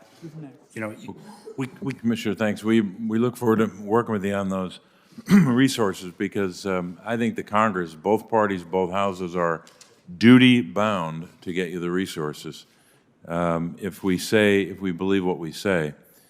Last, and I know I'm out of time, maybe I'll submit this for the record, might be easier for the committee purposes, but I want to talk to you, send you a question about tax scams, but I'm running out of time, so I'll make sure that we send you that question for the record. But and I am available to meet with the members one-on-one or just to meet with your staff. Place the call. We're here. That's what we do. Commissioner, thank you very much. Thank you. And thank you for your efforts, particularly as chair of the Aging Committee, going after those tax scams, Senator Casey. Next, we have Senator Bennett, who I think is online. Thank you, Mr. Chairman. Can you hear me? Can you hear me, Mr. Chairman? We can hear you, Senator Bennett. Okay, thank you very much, and thank you, Commissioner, for your testimony today. I know it, as others have asked, about the child tax credit, which, as you know, the American Rescue Plan significantly expanded. The expansion is based on my bill with Senator Brown, the American Family Act, which will give 96% of American families advance payments of $250 per month per child, or $300 per month per child under the age of 6. This expansion will cut childhood poverty nearly in half this year, with even larger effects for kids of color. I am deeply grateful, I want to first say, Commissioner, for all you and the IRS staff have done to ensure that Americans will receive the monthly CTC payments starting on July 15th.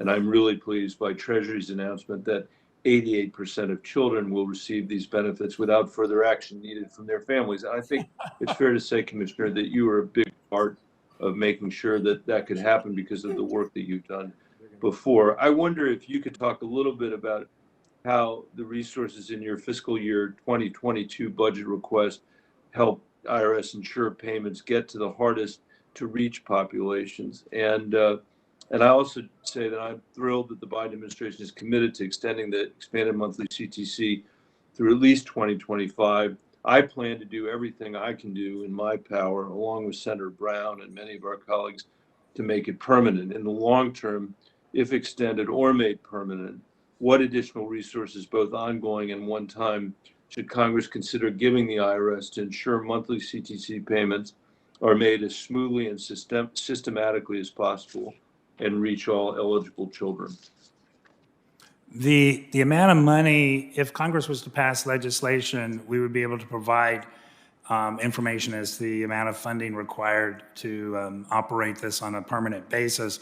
But we would need to see the legislation to see what the requirements are for us to be able to do so. And we would be able to do so. We would really appreciate, and we do appreciate the fact that to the extent Congress works with us in legislation, it's very important, I can say from what I've seen in my almost 3 years, that we get involved in terms of helping with respect to the administrability of provisions so that we can provide seamless assistance to the folks. I will say with respect to CTC, you should expect and you should hope and you should require that we do historic outreach, and we are doing historic outreach. We're capitalizing on the outreach that we did with respect to the 3 rounds of EIP 1, 2, and 3, you know, I guess affectionately referred to now on the street as the STEMIs.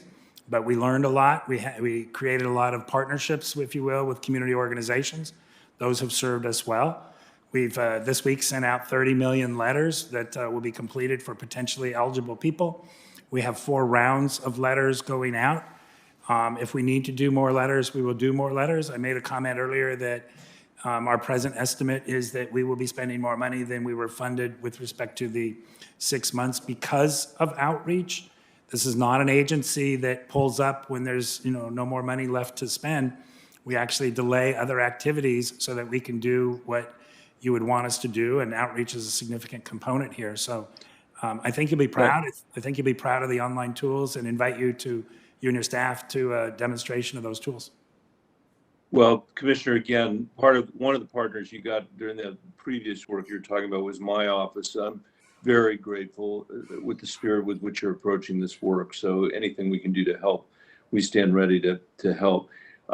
Turning to a different subject in the last minute that I have, Commissioner, I know a number of my colleagues on this committee are deeply, deeply concerned that some of our nation's largest, most successful companies like Amazon and their exceedingly well-off owners pay little or no federal tax. And while many small businesses have lost income and families have lost jobs during the pandemic, many of these large companies have seen profits and wealth soar to unprecedented heights. In your view, how much of this problem is caused by loopholes or tax expenditures written into our nation's tax laws? And how much of it is due to actual evasion, such as companies shifting income overseas? And how will the fiscal year 2022 budget request help IRS address tax evasion by large companies? I think it's a combination. You know, I was on the outside between, well, until I came on board here. But what we saw in terms of transactions and structuring happened when the IRS essentially was on its back from the Roth hearings from 98 through about 2002, 2003. I don't think it's a coincidence that structuring got much more aggressive in the planning communities. I'm not saying that it was appropriate or inappropriate, but people tend to take advantage if they see the IRS as being vulnerable. We are not vulnerable when we're on the scene. We are not vulnerable as to the taxpayers that we are able to contact. And in the transfer pricing, I think is one of the comments that you made, in the transfer pricing arena, we have cases that are, exceeding $5 and $10 billion. And if you're the taxpayer in one of those cases, you are going to spend $1 billion to save, $4 or $9 billion. And keep in mind, IRS has a budget of, maybe $12 billion total to run the entire operation. We need funding to be impactful. We need specialized agents. We need training. We need people from the outside. We need people from the inside. And none of what I've said about hiring people from the outside should be disparaging to the people on the inside. We need a blend of expertise. And we need to be able to be on watch. This country deserves to have the best tax administration agency on the planet. It should appropriately fund the agency. We need direct hiring authority. We need consistent multi-year timely funding, mandatory funding. And I believe, and with your oversight and interactions, I believe you'll be proud in what we do to get to the terms that people use. Everyone pays their fair share. There's a difference between evasion, as you've identified, between evasion and, aggressive transactions. But the aggressive transactions, in my estimation, I was not on a planning side of transactions outside. I was a controversy lawyer. But they get more aggressive if they think that we're vulnerable. And, I got to tell you, we're not vulnerable as to the people we are able to touch. But the taxpayers that we're not able to touch, we're not able to touch. Help us. Help us get this right. Thank you. The desire is here. Thank you, Commissioner. Thank you, Mr. Chairman. Thank my colleague. I believe Senator Warner is going to go next, and he's on the web. Thank you, Mr. Chairman, and appreciate you holding this hearing. Commissioner Reddick, first of all, let me, I'm sure other members have said this, express my thanks to you and all of your staff. I hope you will convey. I know it's been a challenging last 15 months, and while I've had, and my staff have shared some of the frustrations with closed offices and all, I do think the agency writ large has performed well. Could you, you just in your last impassioned statement to Senator Bennett, I'd like to pick up on a couple of those threads. Can you talk a little bit about how much more effective and predictable it would be, and what are the specific benefits that would come from a stable multi-year funding stream for the agency?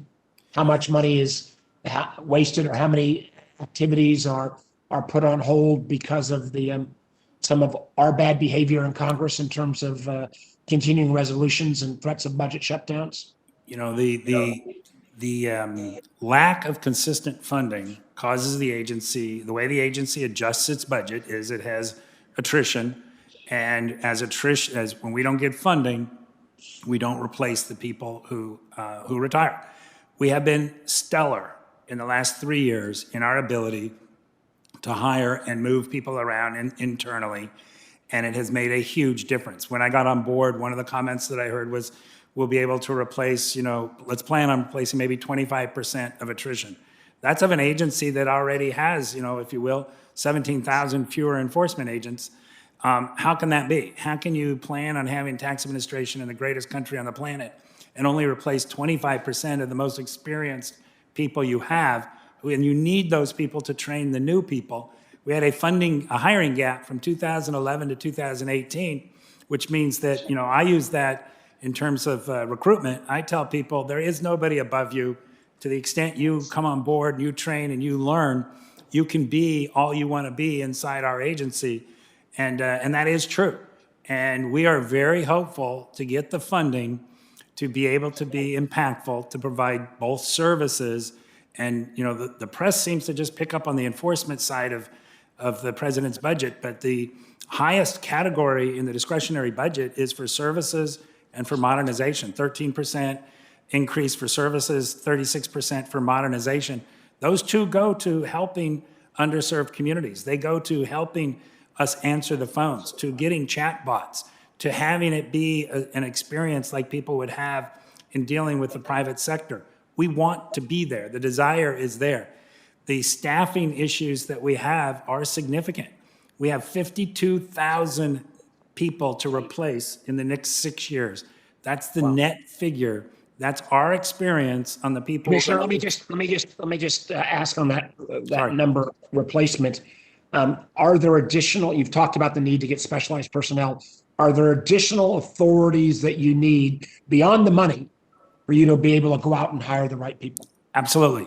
We must have direct hiring authority. I cannot go into the private sector and try to recruit mid-level, even new, but mid-level or senior level people to come on board who will be immediately impactful. People who have my experience, maybe not my age, but maybe my age, who can come in and be impactful and run teams of examiners or teams of lawyers or teams of appeals officers in the entire compliance side of the house immediately. They have the experience on the outside, but without direct hiring authority, I cannot keep these people interested in coming on board for a 3, 6, or 9 month period. They will go elsewhere or decide they're just gonna either retire or do what they're doing. We need to capitalize on the interest that we are able to generate. There are people like myself who want to come on board for the good of the country, if you will, but we need to bring them on board when we have that interest. You know, interest wanes with time. And, you know, the mid and senior career people are not coming on board for the economics of this. They're like myself. I didn't come on board with the idea to go get my dream job after being commissioner. I left my dream job with my best friends. And, you know, I've frequently said it's public. My next job is not going to involve suits. It is going to involve carburetors. Let me get in one last quick question, which is, and this may have been asked, if it has, I apologize. I think you made a good point earlier. We focus on tax evasion, but the other half of that is just plain, aggressive, pushing the edge, trying to be legal, pushing the edge. When we think about that tax gap, whether it's 700 billion or a trillion or whatever number, could you give us some guesstimate on how much of that is evasion and how much of that is overly aggressive behavior? If I look to experience on the outside, well, in terms of numbers, the higher income people are surrounded by highly experienced lawyers, accountants, economists, pass-through specialists and the rest. And all those folks aren't typically going to be involved in an evasion potential criminal case. Although we do call them on it, and we are active, and we're active in terms of a lot of different arenas that I probably shouldn't go into publicly. So I would say that the majority is folks who tend to get aggressive in the structuring of transactions, maybe with an eye that the IRS won't be there. It's completely inappropriate to play what's known as the audit lottery. Will the IRS audit this taxpayer? If so, do we step in and say, oh, we made a mistake? Multiple mistakes, multiple years is a pattern, and that creates a criminal case, and I think people are familiar with that. Keep in mind the largest criminal tax case in the history of the United States involved professionals, not taxpayers. It was out of the Southern District of New York, and it was at a time when the IRS was perceived to be vulnerable between 1998 and 2000, and it was in 2002. So although I come from the practitioner community and I hold practitioners in high regard, it's a very difficult occupation.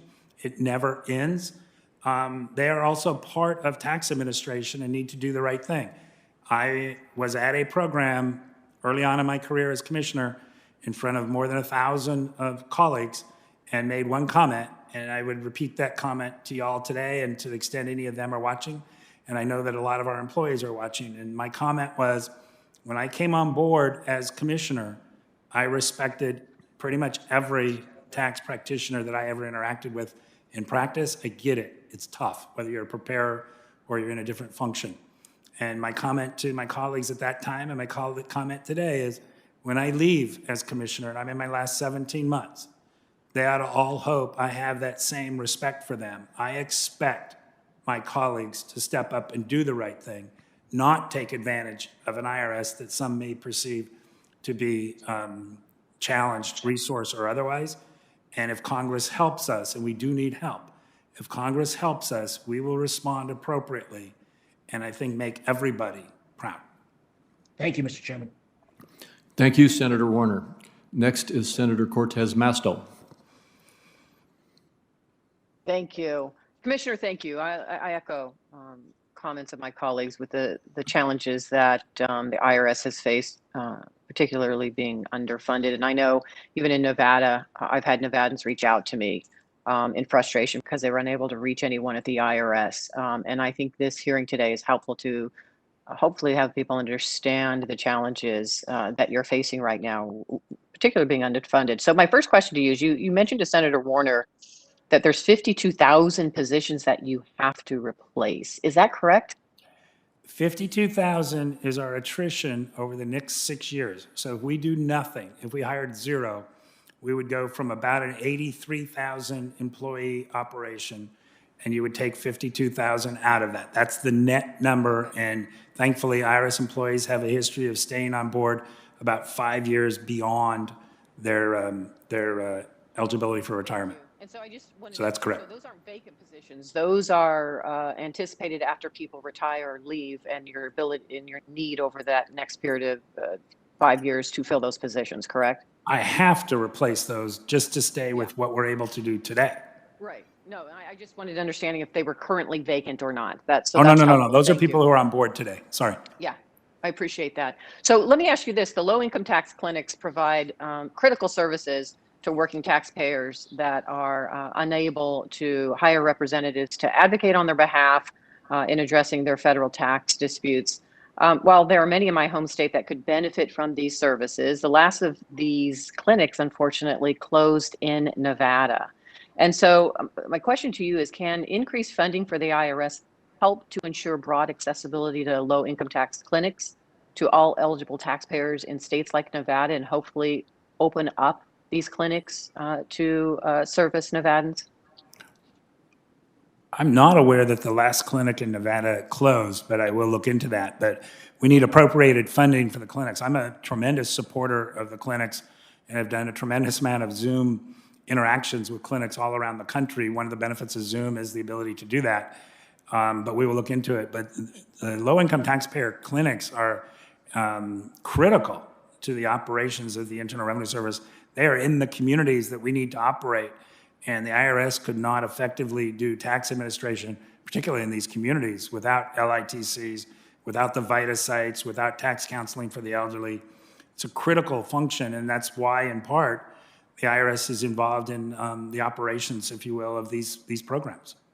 I agree. And Thank you. Congress funds We them. look forward to working with you. And please let us know your needs, because for the very reasons that you talked about, they are critical services. Let me jump to another topic, tax scams. Is an area that I worked on as a former attorney general, worked with IRS enforcement. They were just incredible in helping us address the tax scams that we see across the country. My question to you is, what are you seeing? And with the limited amount of resources now and the struggles you're having with the staffing, how are you addressing those needs to really educate the public on the types of scams that are out there so that they can also beware and prevent becoming victims? Our partner in the tax scam world, if you will, is Treasury Inspector General for Tax Administration, TIGTA. And like us, they're very aggressive. We do run undercover operations. I think that's pretty well known. I'm not saying something that's not otherwise public. And we do a lot of outreach, local. Every local office of the IRS is engaged in outreach. The majority of these scams, that we see tend to go to underserved, more vulnerable communities. And we are very active in those communities together with community groups, trying to focus on what they are. We try to get on the cutting edge, with the EIPs, 3 rounds of EIPs, round 1, 2, and 3. We saw the scams with that increase significantly. But we did not reduce resources in sort of, if you will, oversight of the scam type of operations at all. We did not pause any interactions during the pandemic. And, we have to make certain decisions and priority decisions, but certainly that's a huge priority. And we've maintained, vigilance. That's great to hear. Commissioner, thank you. Thank you. Thank you. Senator Hassan. Well, thank you, Ranking Member Crapo, and thank you, Commissioner, for your work and for testifying today. And before turning to my questions, I would like to emphasize, as a number of my colleagues have, the importance of the IRS prioritizing smooth delivery of the child tax credit starting in July. Based on issues with rollouts of other programs over the past years, IRS really needs to ensure that it's able to deliver these benefits in a timely way. Commissioner, granted staters continue to contact my office about the backlog of unprocessed 2019 and 2020 tax returns, which have delayed tax refunds for families who need economic assistance and cash flow. My office has also been contacted by constituents who tell us that they are going to be denied a mortgage because the mortgage company cannot verify their information with the IRS. These constituents submitted their tax return months ago, and now they're worried that they'll be unable to buy their house or lose their deposit. At our April hearing on the filing season, you committed to clearing the backlog this summer by dedicating more employee hours to processing returns. Can you update us on the IRS's progress since April in clearing the backlog?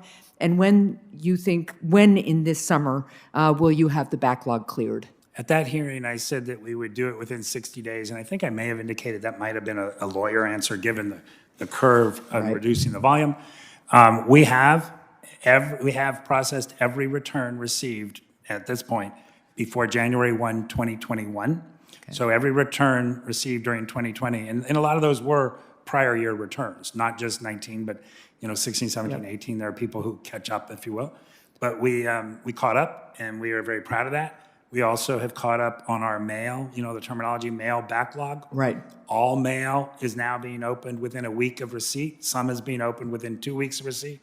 Our 4 mail processing centers, Austin, Fresno, Kansas City, and Ogden, are operating at full speed. We last week received 1.2 million pieces of mail. We tend to receive between 1 and 1.5 million, and we are current in our operations on opening the mail. Our error resolution service, where some of your, and I would like, if we can coordinate a call maybe later today or this week or something to discuss one of the issues you discussed, and maybe we can provide some assistance. But error resolution system, we currently have about 9.4 million returns in that process. The 5 top reasons that the issues are being called out is people are having difficulty reconciling what they say they received in EIP 1 and 2 with the return recovery rebate. We have people who used 2019 for their EITC, and we need to verify that so it's not an automated process. It gets called out. We have people where the additional child tax credit does not match what we have as the ACTC. Yep. We have math verification issues, and also we have a tremendous amount of folks who failed to file the Form 8962 for the advanced premium tax credit. And interestingly, the private software even directs you to provide that form. So we're not able to process, those are the top 5, which leads to 9.4 million. Yeah. We are operating at full capacity to get those taken care of. Well, then I would look forward to following up with your office on these particular issues, because we've got people who are obviously needing to confirm their information so that they can buy a home, for instance. So let's move on to a topic that I asked you for the record in April. The American Rescue Plan contained my bipartisan bill with Senator Braun to provide assistance through the Employee Retention Tax Credit to new businesses that were started during the pandemic. Startups will be eligible to receive this assistance beginning in July. It's obviously crucial that the IRS issue guidance as soon as possible so that new businesses are able to quickly access this assistance next month. When will the IRS issue updated guidance for the Employee Retention Tax Credit? Yeah, twofold. Let me say that the response to your questions for the record, and I might have made this comment earlier, they are in clearance, and we all would have hoped that you would have received them timely. It's not, we are backed up on a lot of different things, but we're very respectful and try to get those out as quickly as possible. but they are done and in clearance and they're outside of our building. So let's just get to the issue, though. We've got businesses that started during the pandemic that need the guidance about how they can claim the employee retention tax credit. So We should get that out. I have to give you a lawyer term, and I apologize, and you can call me on it promptly.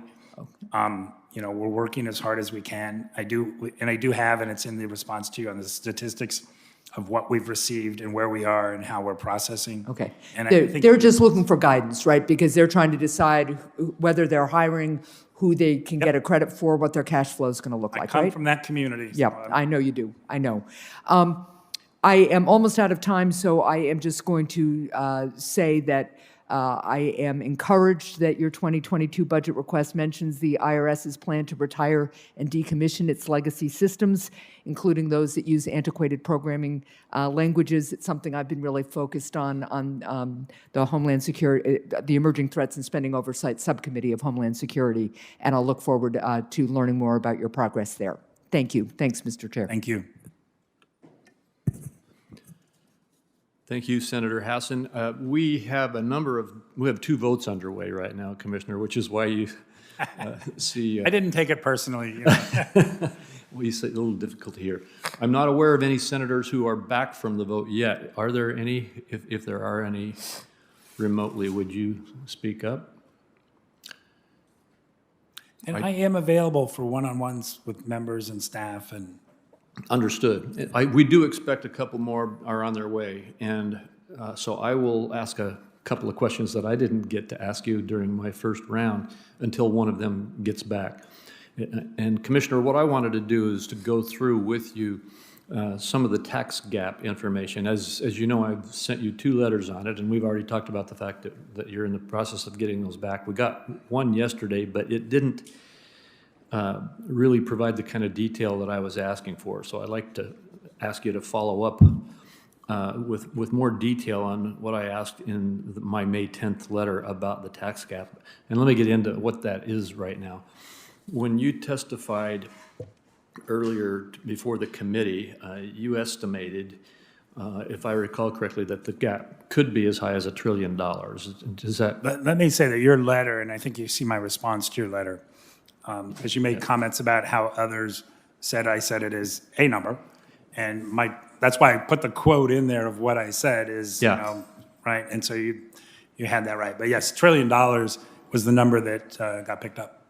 All right. Now I see Senator Warren's back. Senator Warren, I'm just going to finish a statement here, and then I won't ask you to respond to this right now, but I would like you to respond back with more clarity. When you testified before us, you mentioned that some of the reasons for the increase in the $441 billion tax gap estimate that was 10 years ago was inflation, cryptocurrency, and at that time you indicated unreported or concealed income offshore and in pass-through entities. And I just wanted you, and I'd like to ask you, not now, but I'd like to ask you to parse out how you get to that $1 trillion figure in terms of where are we losing the collections that of lawfully due taxes so that we can have a better idea about how we can assist you in getting those taxes collected. Certainly. Senator Warren. Thank you, Mr. Acting Chairman, and I agree with that question. It's a good question. We should do that. So, thank you. A decade of budget cuts have hollowed out the IRS, so it just doesn't have the resources to go after wealthy tax cheats. And that's why I've introduced the Restoring the IRS Act to provide $31.5 billion in mandatory annual funding to allow the IRS to fairly enforce the tax code, to modernize its IT systems, and to improve taxpayer services. I am glad that President Biden and you, Commissioner Reddick, agree with me on the importance of making big investments in the IRS, but it is crucial to make sure that this money is going toward making our tax enforcement fairer, not reinforcing inequities like the racial wealth gap. So, Commissioner Reddick, what data and analysis has the IRS developed on how its enforcement activities affect low-income Black Americans? Treasury, Office of Tax Policy and Office of Tax Analysis are the ones that handle that. IRS is the tax administration agency, if you will. So we provide data to Treasury. I can say that Treasury has multiple working groups in this space. And I think, the appropriate thing would be to have Treasury interact with you and give you a heads up on really what they're looking at, what they have looked at, data they've received. But the IRS itself does not collect data with respect to race, as you know. Okay, so you're not collecting race data right now. I was glad to see President Biden issue an executive order on racial equity back in January, including a call for more data. But I want to see some concrete actions coming out of it, and that includes concrete actions at the IRS. This is important because the IRS doesn't just mechanically enforce our tax rules. The IRS has significant discretion. For instance, when it comes to audits, research shows that the IRS disproportionately targets poor Black communities in the South for audits. We also know that an estimated 20% of eligible taxpayers don't receive the Earned Income Tax Credit, which provides crucial support to low-income working families. Likely, many of these families not getting this lifeline are families of color, but we need more analysis to know for sure what's happening. So, Commissioner Reddick, let me ask, will you commit the IRS to conducting a thorough analysis of the racial impacts of IRS services and enforcement activities? And I think I can say, one, I need to dispute your first comment. I think the data is contrary to that, but we can go into that in another time. The data are contrary to what? About that we disproportionately look at lower income taxpayers or people of color, and the data is contrary to that. So it is not the case? I thought your data showed that there are more audits in poor areas in the South than there are, for example, of rich people in the North. The IRS, the only lower income individuals audited by the Internal Revenue Service are with respect to the Earned Income Tax Credit, which is about a 1.1% rate. And the reason that we even look in that direction, we have a $17.4 billion improper payment rate there. The only reason we look in that is because of IPERA, we're required to report an improper payment rate. And our RAS group, our research group, are the ones that come up with what that is. And they require us essentially to have a 1% audit rate for them to be able to extrapolate off of that to what it would be. Fair enough on what may be the reason for the audit. But I guess the question, let me just go back to the question that matters the most to me. And that is, will you commit the IRS to conducting thorough analyses of the racial impacts of IRS services and enforcement activities? And I'll come back to my original comment, which is Treasury is doing that. So you think Treasury is collecting enough data? I'm a Bureau of Treasury. You have no more data collection responsibilities or opportunities? Is that what you're saying to me? Not at all. I'm a Bureau of Treasury. I report to the Secretary, and we work with Treasury, and they have the economists and others who do this type of work. So they we are are the working ones with who them. will decide that you collect these data or not? Well, you'll know, I'm assuming Treasury would make all the information public, and if not, maybe you asked. The question correct. I'm asking is, though, are you collecting these data so that we can do the analysis? Well, we don't have race data. That's my point. So are you committed to providing the kind of data collection that you can to be able to study the racial impact of the decisions you make? With what we're doing, we give data to Treasury, and Treasury gets other data, and then their Office of Tax Analysis matches that. And I don't mean to play semantics with you because it might sound like that, but that's where the work is being done.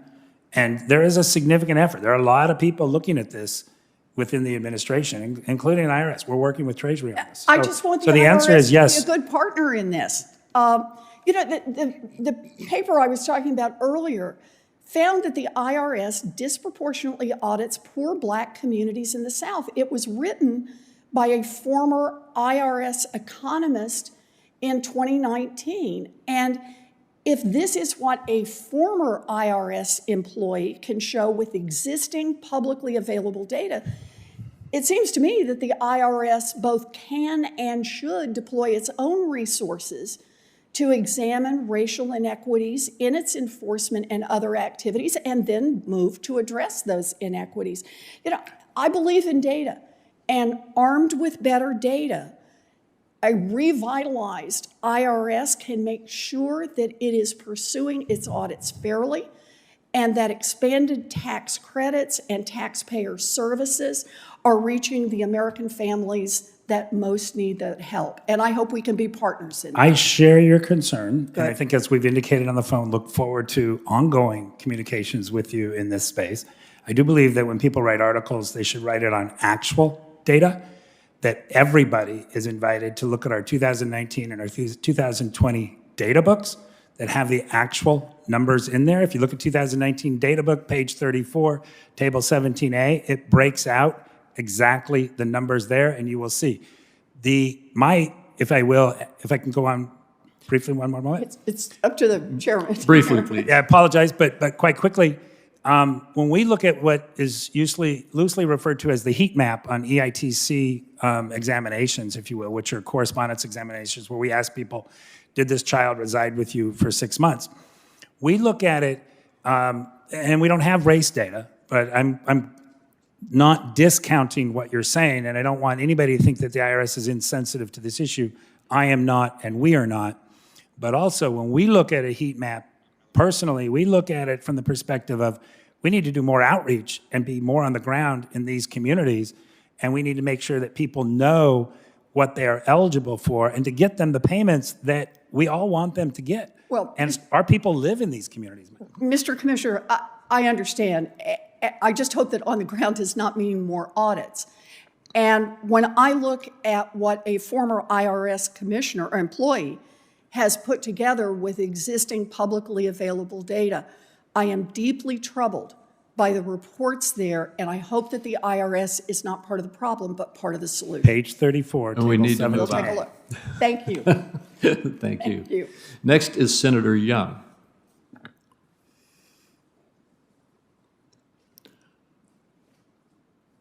Are you with us, Senator Young? Can you see me, Chairman? Not yet. Well, I hear you. Okay, here we go. Okay, I think I am. All right, we can see I you think I'm now. on video. Okay. Thank you, Mr. Chairman. Mr. Commissioner, in your last hearing in April, you testified that the IRS was up to date on opening its mail. However, that very same day, a taxpayer advocate service representative informed my staff that the processing center in Kansas City was still opening mail from June 2020.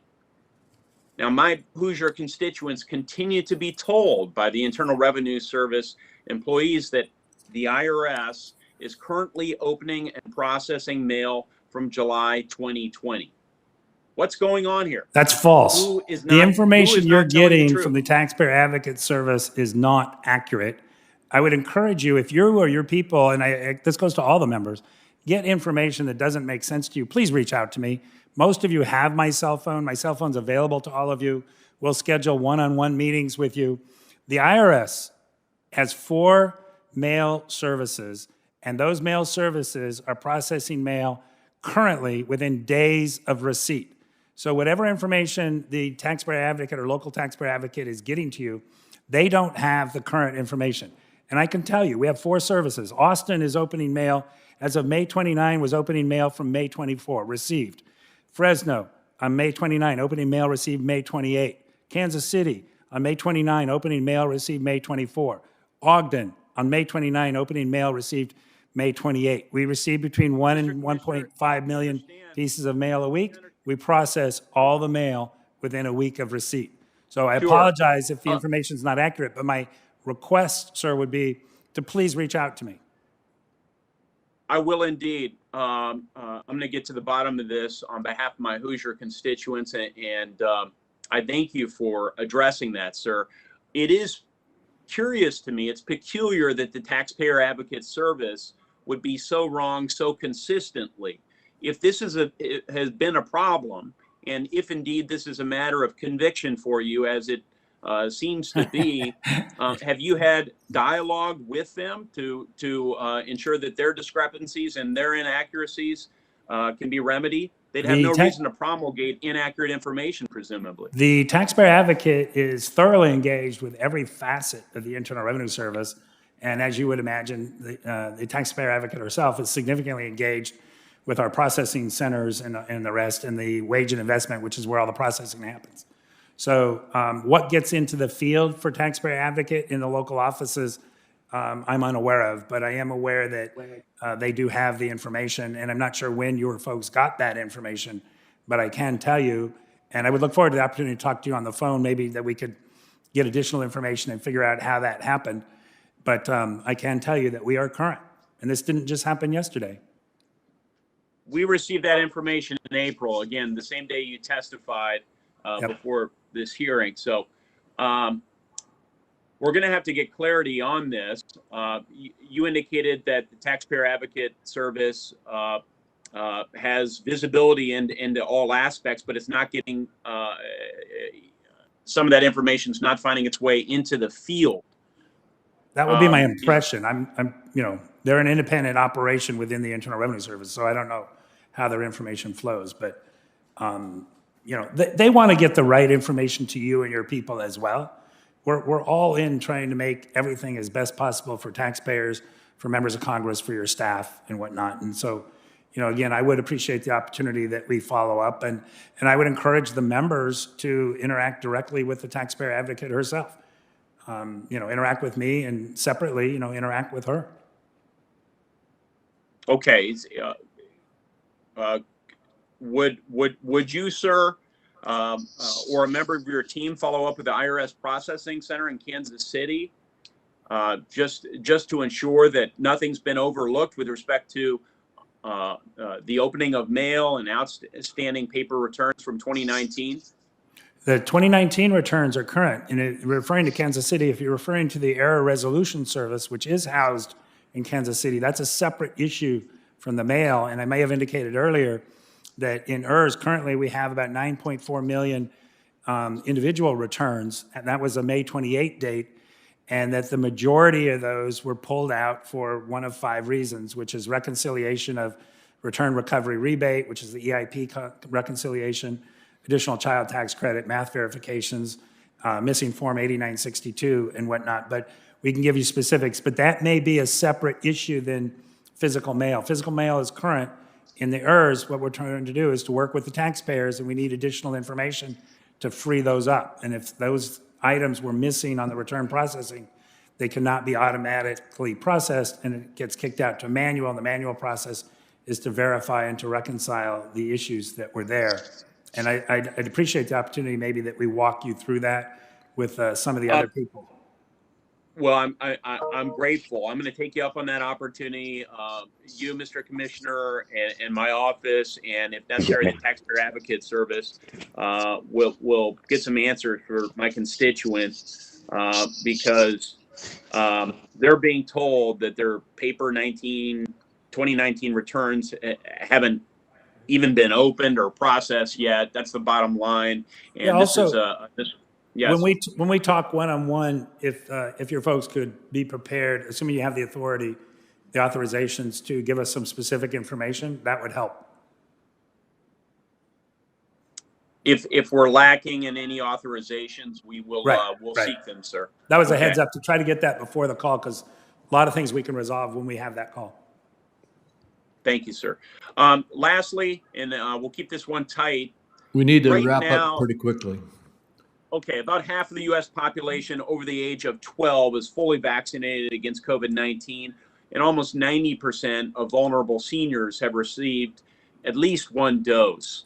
Now that Americans have broad access to COVID-19 vaccines, how's the IRS planning to get employees back in the office and reopen those in the field taxpayer assistance centers to help more Americans resolve their tax troubles? And if you could be brief, Commissioner. We expect to reopen any closed centers that we have staffing for promptly, And the president's budget provides staffing for us to actually reopen all centers, which would be significant. All right, thank you. And next will be Senator Daines, followed by Senator Whitehouse. Senator Daines. Great. Thanks, Mr. Chairman. Thanks, Commissioner Reddick, for being here. I want to start by joining Ranking Member Crapo and others in expressing my shock regarding the leak of individual IRS tax data in the ProPublica article published just this morning. To see 15 years worth of confidential individual and business data leaked is most concerning, particularly at a time when the administration is proposing a massive increase in the amount of data the IRS would collect from individuals and businesses. I'm very glad to hear you're investigating the source of the leak. You will prosecute any violation of law in this instance. Absolutely. This violation of individual privacy and confidentiality could easily happen to ordinary Americans and small businesses, and that is what concerns me probably more than anything else. So thank you. Turning to my questions, we had a hearing earlier this year on the tax gap, at which witnesses spoke about how to close it and examine whether President Biden's proposals were realistic.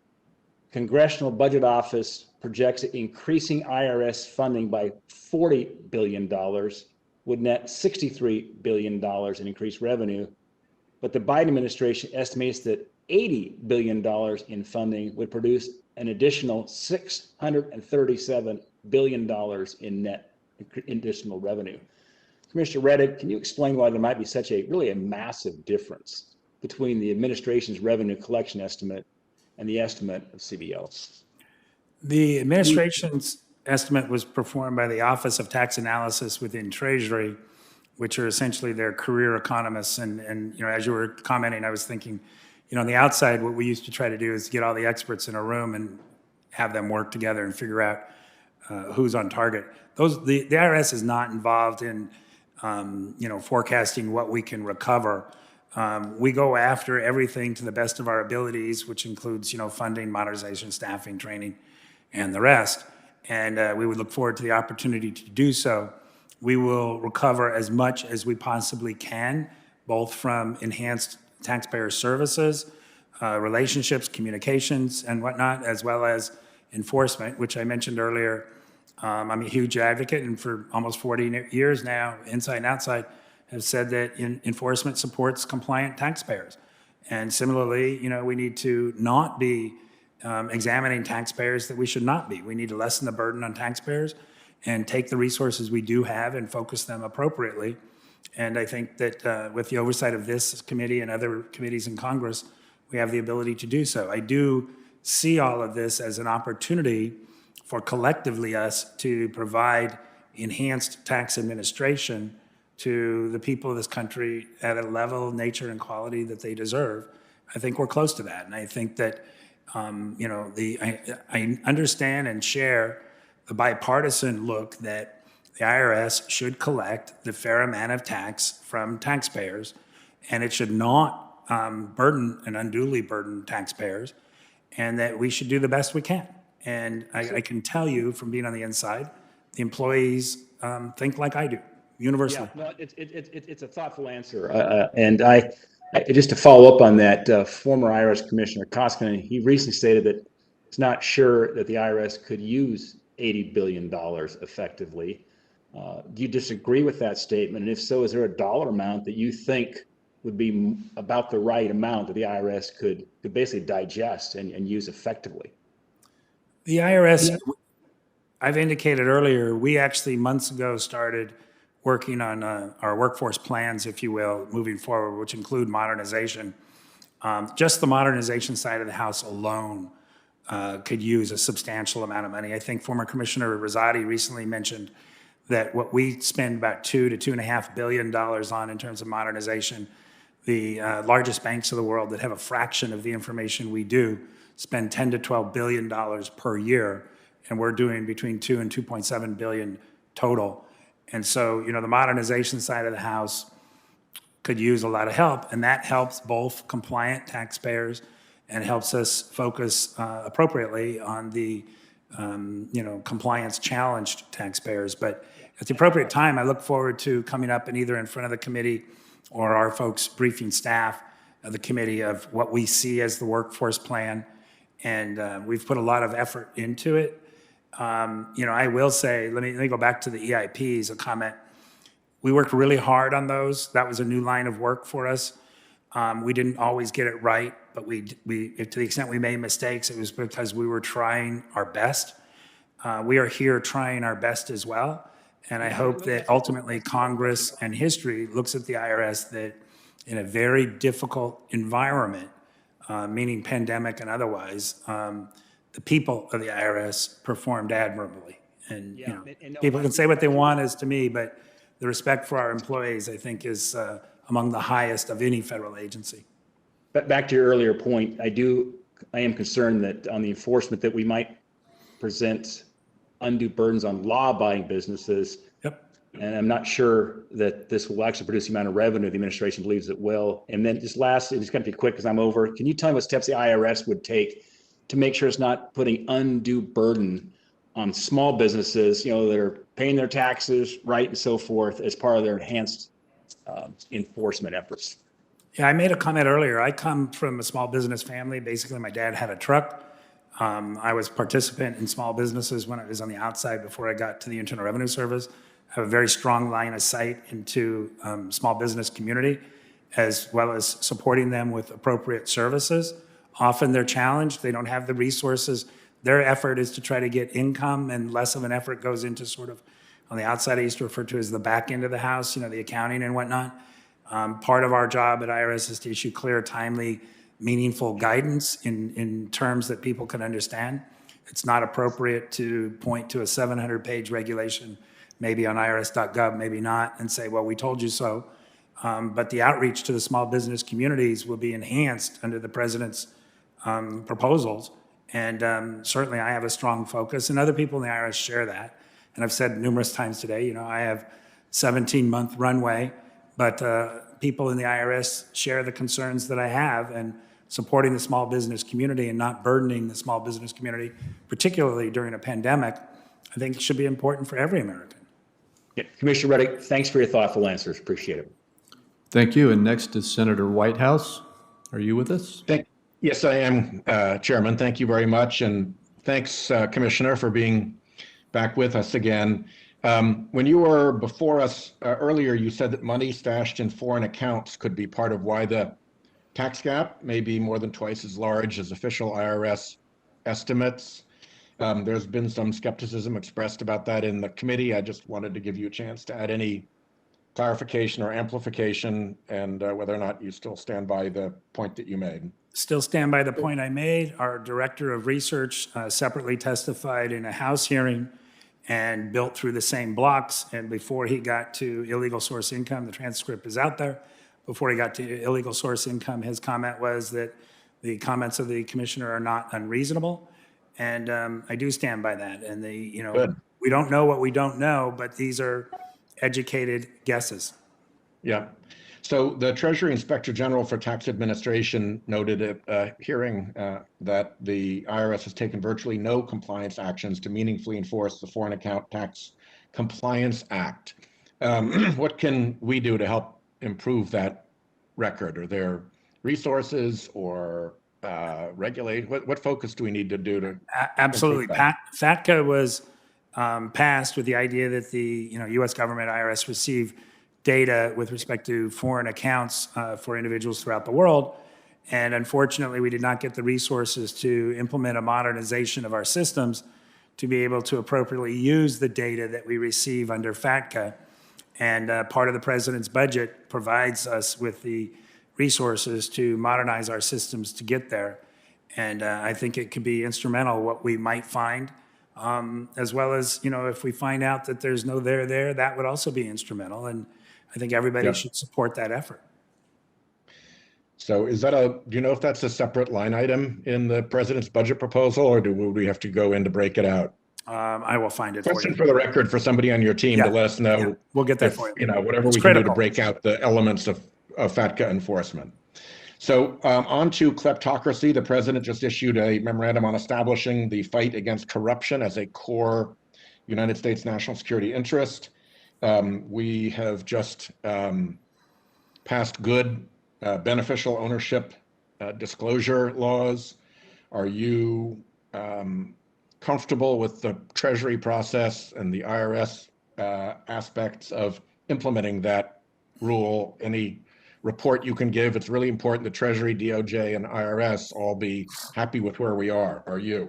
The IRS will do the best that it can with the resources that it receives to implement every legislation that impacts areas that are of the IRS's domain. And so as to, I am a believer in transparency and, full disclosure and all the rest.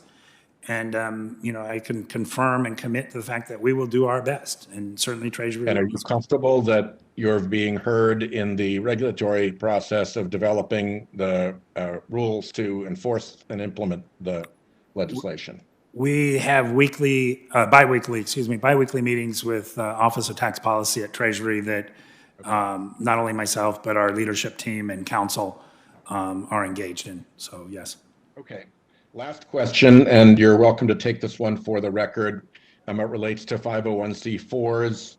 You answered just a few days ago a question that I had about the number of referrals that the IRS has made to the Department of Justice for investigations involving nonprofit organizations. There are about 200 over the last 5 or 6 years. Could you, again, you can take this for the record. I'd like to know if any of those, and if so, how many of those involved potential false statements made by nonprofits regarding political activity. And I'd also like to know if you're aware of whether any of them were taken to prosecution, what the record was of them being taken up over at DOJ. Would you be able to get me that info? We'll, with appropriate safeguards, we'll reach out to DOJ and try to get the information for you. Great. At this point, I think I'm just looking for numbers, so there shouldn't be any problem with it. How many of the 200 involved potential false statements about political activity, and how many were actually taken up by DOJ of the 200? It's not always so easy for us to get information when the lawyers get involved, but I say that being a lawyer, but. Understood. That's why I'm making it a question for the record. Thank you very much. Thank my Thanks, colleague. Thank you. Commissioner, we're winding down here for a long morning, and just a couple of comments. First, with respect to tax enforcement, which has come up repeatedly over the course of the morning, and I know this doesn't surprise you, my interest is making sure that this is not just another chapter in the tale of two tax codes in America. When a nurse is sure to owe a penalty if her W-2 doesn't match her return. A millionaire can arrange their assets through a sophisticated, complex web of partnerships and can abuse the system with no risk of detection. That is the status quo today, and that's what I want to change. So we're going to be talking to you more about enforcement, and you said you'd get us some information with respect to your targets, but that is what I'm really concerned about, and it undergirds my whole view with respect to the tax code in America. Then with respect to, again, the ProPublica information today, and I've been asked about this repeatedly already. I want to understood that the IRS has a responsibility to protect taxpayer data, and you've confirmed this morning that this matter is being investigated. And then from the policy side, the big picture is this data shows that the country's wealthiest, who profited immensely during the pandemic, have not been paying their fair share. And they can essentially line up their lawyers and accountants and their professionals and can defer and postpone and put off paying and to a great extent live off money borrowed against their assets while not paying any taxes for very long periods of time. And the nurses and firefighters I represent in Oregon can't play those games. They pay their taxes with every paycheck. So I'm just going to close we'll be talking with you and others in the future, because I'm going to have a proposal to fix this broken system and have it ready to be released again. Released soon. With that, the committee also notes that questions for the record have got to be delivered by next Tuesday, a week from today. With that, the committee is adjourned.